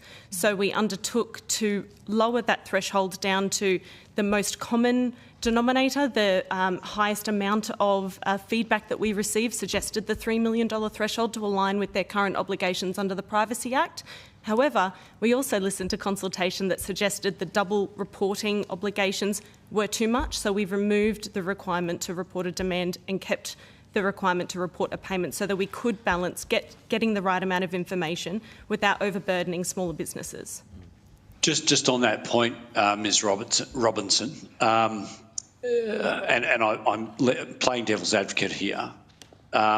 Will the reporting requirement on payment as opposed to demand, will that enable you to get a sufficiently clear understanding of the ecosystem, if I can put it that way? Yes, we think that it will. In fact, in determining the types of information that we would like to be reported, we found that the same information would be covered under a payment as it would under a demand, and the time in between receiving a demand and making a payment is not so significant so as to make that information less useful. So balancing the burden versus balancing the information that we would receive in that timely fashion meant that we have landed in the place that we have listening to that consultation. Now, thank you for that. Can I just address this next question to whoever the lawyer is on the panel there? You're probably all lawyers, but whoever is the counsel. I think you were speaking to her already, Senator. Oh, sorry, Mr. Wallace. No, I'm not a senator. I work for a living. Now, was that Ms. Robinson? Well, just to be clear, legally qualified but not a practicing lawyer. She's the head policy officer on it, who also has a law degree. We don't have our legal group at the table. It's funny how lawyers are always attracted to lawyers. If I can't answer the question, I'll take it on notice, but I will answer the question if I can. Okay. The Australian Communications and Consumer Action Network in their submissions effectively call for a truncation of the times that for a notice to be issued by the Secretary, a final notice that their Internet of Things device was not compliant. I raised concerns with the witnesses about a truncation could potentially be a denial of procedural fairness. Do you want to say anything in relation to that? I don't know if you're aware of their submission. We are very much aware of their submission. I might pass to Mr. Bell on the IoT-specific question. Is he a lawyer? Thank you. So I think in terms of the settings that we had, and I was following along in the discussion that you had earlier, I think our view is that it's more around a policy setting about an appropriate time for manufacturers to respond, and so our view is that 10 days is an appropriate amount of time, understanding of course the submissions from entities that would say wanting a more speedier approach. I think when we're talking about manufacturers that could be internationally based, when we're talking about settings of very high level standards, we do need to obviously ensure that industry and manufacturers have adequate time to consider what compliance notice or enforcement notice that we are providing. These are quite sophisticated supply chains and will often be complex business operations. So we think that 10 days is an appropriate period of time on those notices. Okay, thank you. In relation to the Cyber Incident Review Board, a number of you gave evidence and responded to questions from Senator Patterson, but I'm just not entirely sure that I'm satisfied with your answers. Now, this goes specifically in relation to the issue of the makeup of the board. We see the US model as one that draws upon, I think it's 8 public servants and 7 industry, academic and industry experts, if I can sort of lump them in together. Your response was that you felt that the model that you had come up with, being sat upon by all public servants, but then having the ability to call upon experts on a panel would create a better approach to manage conflicts. I don't buy that argument, I've got to say, because the same issues will arise in relation to conflicts on the expert panel as they would in relation to those similar sort of people sitting on the board. If we want to establish a board that is efficacious, that is independent, why would we not? And with all due respect to you all sitting before me, I have nothing against public servants, but this is a very, very specific area of expertise that we're dealing with. Why would we not want our best and brightest from both the public service and industry and academia sitting on the board? Well, sorry, Mr. Anstey. I feel the design parameters that we've set out in terms of the governance of the board will allow that, Senator. So when you speak of the best and brightest, for example, although this will be defined in the rules, almost necessarily people from the Australian Signals Directorate will form part of the board's composition. They have, privileged access to top secret information and secret information that necessarily industry would not. It seems fully appropriate to have them on the board. At the same time, there will be skills and talents in industry that we'll want to draw upon too. Having a mixed board composition will allow for that conversation and for the board to conduct its findings. And we've almost spoken to every member on the industry side on the cyber safety board in the US. It is such a burden for them to be a permanent member of a board. The model we've got here is people with the best and brightest and the expertise can surge in and out of an inquiry so that we can be much more flexible, and it is in direct response to that American experience that the model has been developed. That's directly at odds with the evidence we've received from almost every other witness before the committee who has said that almost, I think with one exception, every other witness that's been questioned on this has said that in order to provide the best practice model, that we should have a mixed membership, if I can put it that way. And that the US model has been able to deal with those conflicts appropriately, but you're saying otherwise. You're saying that the conflicts that can arise are not sufficiently dealt with on the US model. No, I think I was making a separate point, Mr Wallace, that the burden of work for each individual board member for a prolonged period of time on the board was one consideration. The ability to surge people in and out of specific inquiries for a shorter period of time reduces the burden on industry, who universally have other jobs to do as well as contributing to the national picture. So I think the point that you're making around that getting the mix right has been a critical element of why we have structured it this way. So the standing members in that sense do represent the right and relevant and appropriate government officials, and that is a standing member through the board throughout various reviews. But if we take a particular scenario, if there was an incident of a particular kind that needed, for example, in a telecommunications focus, the capacity then to, through the expert panel, bring in that expertise, mix it with the standing members and the government responsibility, including a whole of government perspective, will ensure that for that particular review, we do have that right mix at that right point in time.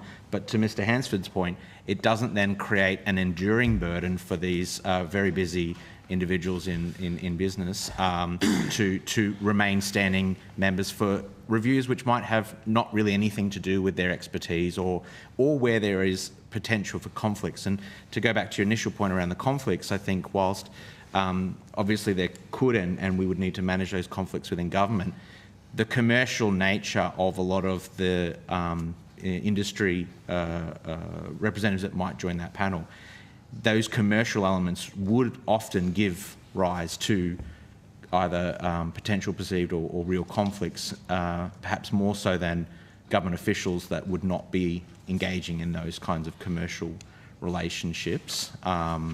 So I think for the standing board, there is less likely to be that same level of conflicts than if we had certain industry officials within that continued board. So we're hoping we can get the conflicts would still arise with the expert panel. I think your argument, and it's probably not a bad one, is that the expert panel would be a larger panel to draw upon. Well, and specific to the particular incident and review that the board wants to undertake as well. So within that, you can say, again, in that hypothetical situation where you want to bring in people from the telco industry, you can then pick those people for the expert panel for that review. So again, the structure or the framework that we've that's been put forward gives that flexibility to mix and match. And one additional point, if there's enough time, Chair. Just very quickly, because we're already over time. So. Thank you. Yep. When we're considering comparison with the United States approach, you'll notice that they do not have an information gathering power. We have chosen to include that based on our reflection of the United States position and some of the scrutiny that they've faced earlier this year. So in order to ensure that only the Chair and only government officials are given that ability to request information, it's been necessary to draft the legislation in a way that creates a very clear distinction between the two groups. However, the Cyber Incident Review Board does operate in a public-private partnership, and every single review will have members from the expert panel brought on to undertake the review. Okay. On that note, Deputy Chair, have you got anything else? Otherwise, I'll need to close the meeting. Of course I do, but I understand your time precious, Chair. Yeah, thank you. Sorry about that. I would give you more time, but we are restricted with the booking of the room. On that note, can I just thank everyone for attending today? that being the department. Remind you that any answers to questions taken on notice are required to be submitted to the Secretariat by noon this Monday. We'll also send you a transcript of today's evidence and have an opportunity to request any corrections if there are any errors. On that note, I declare this public hearing closed. And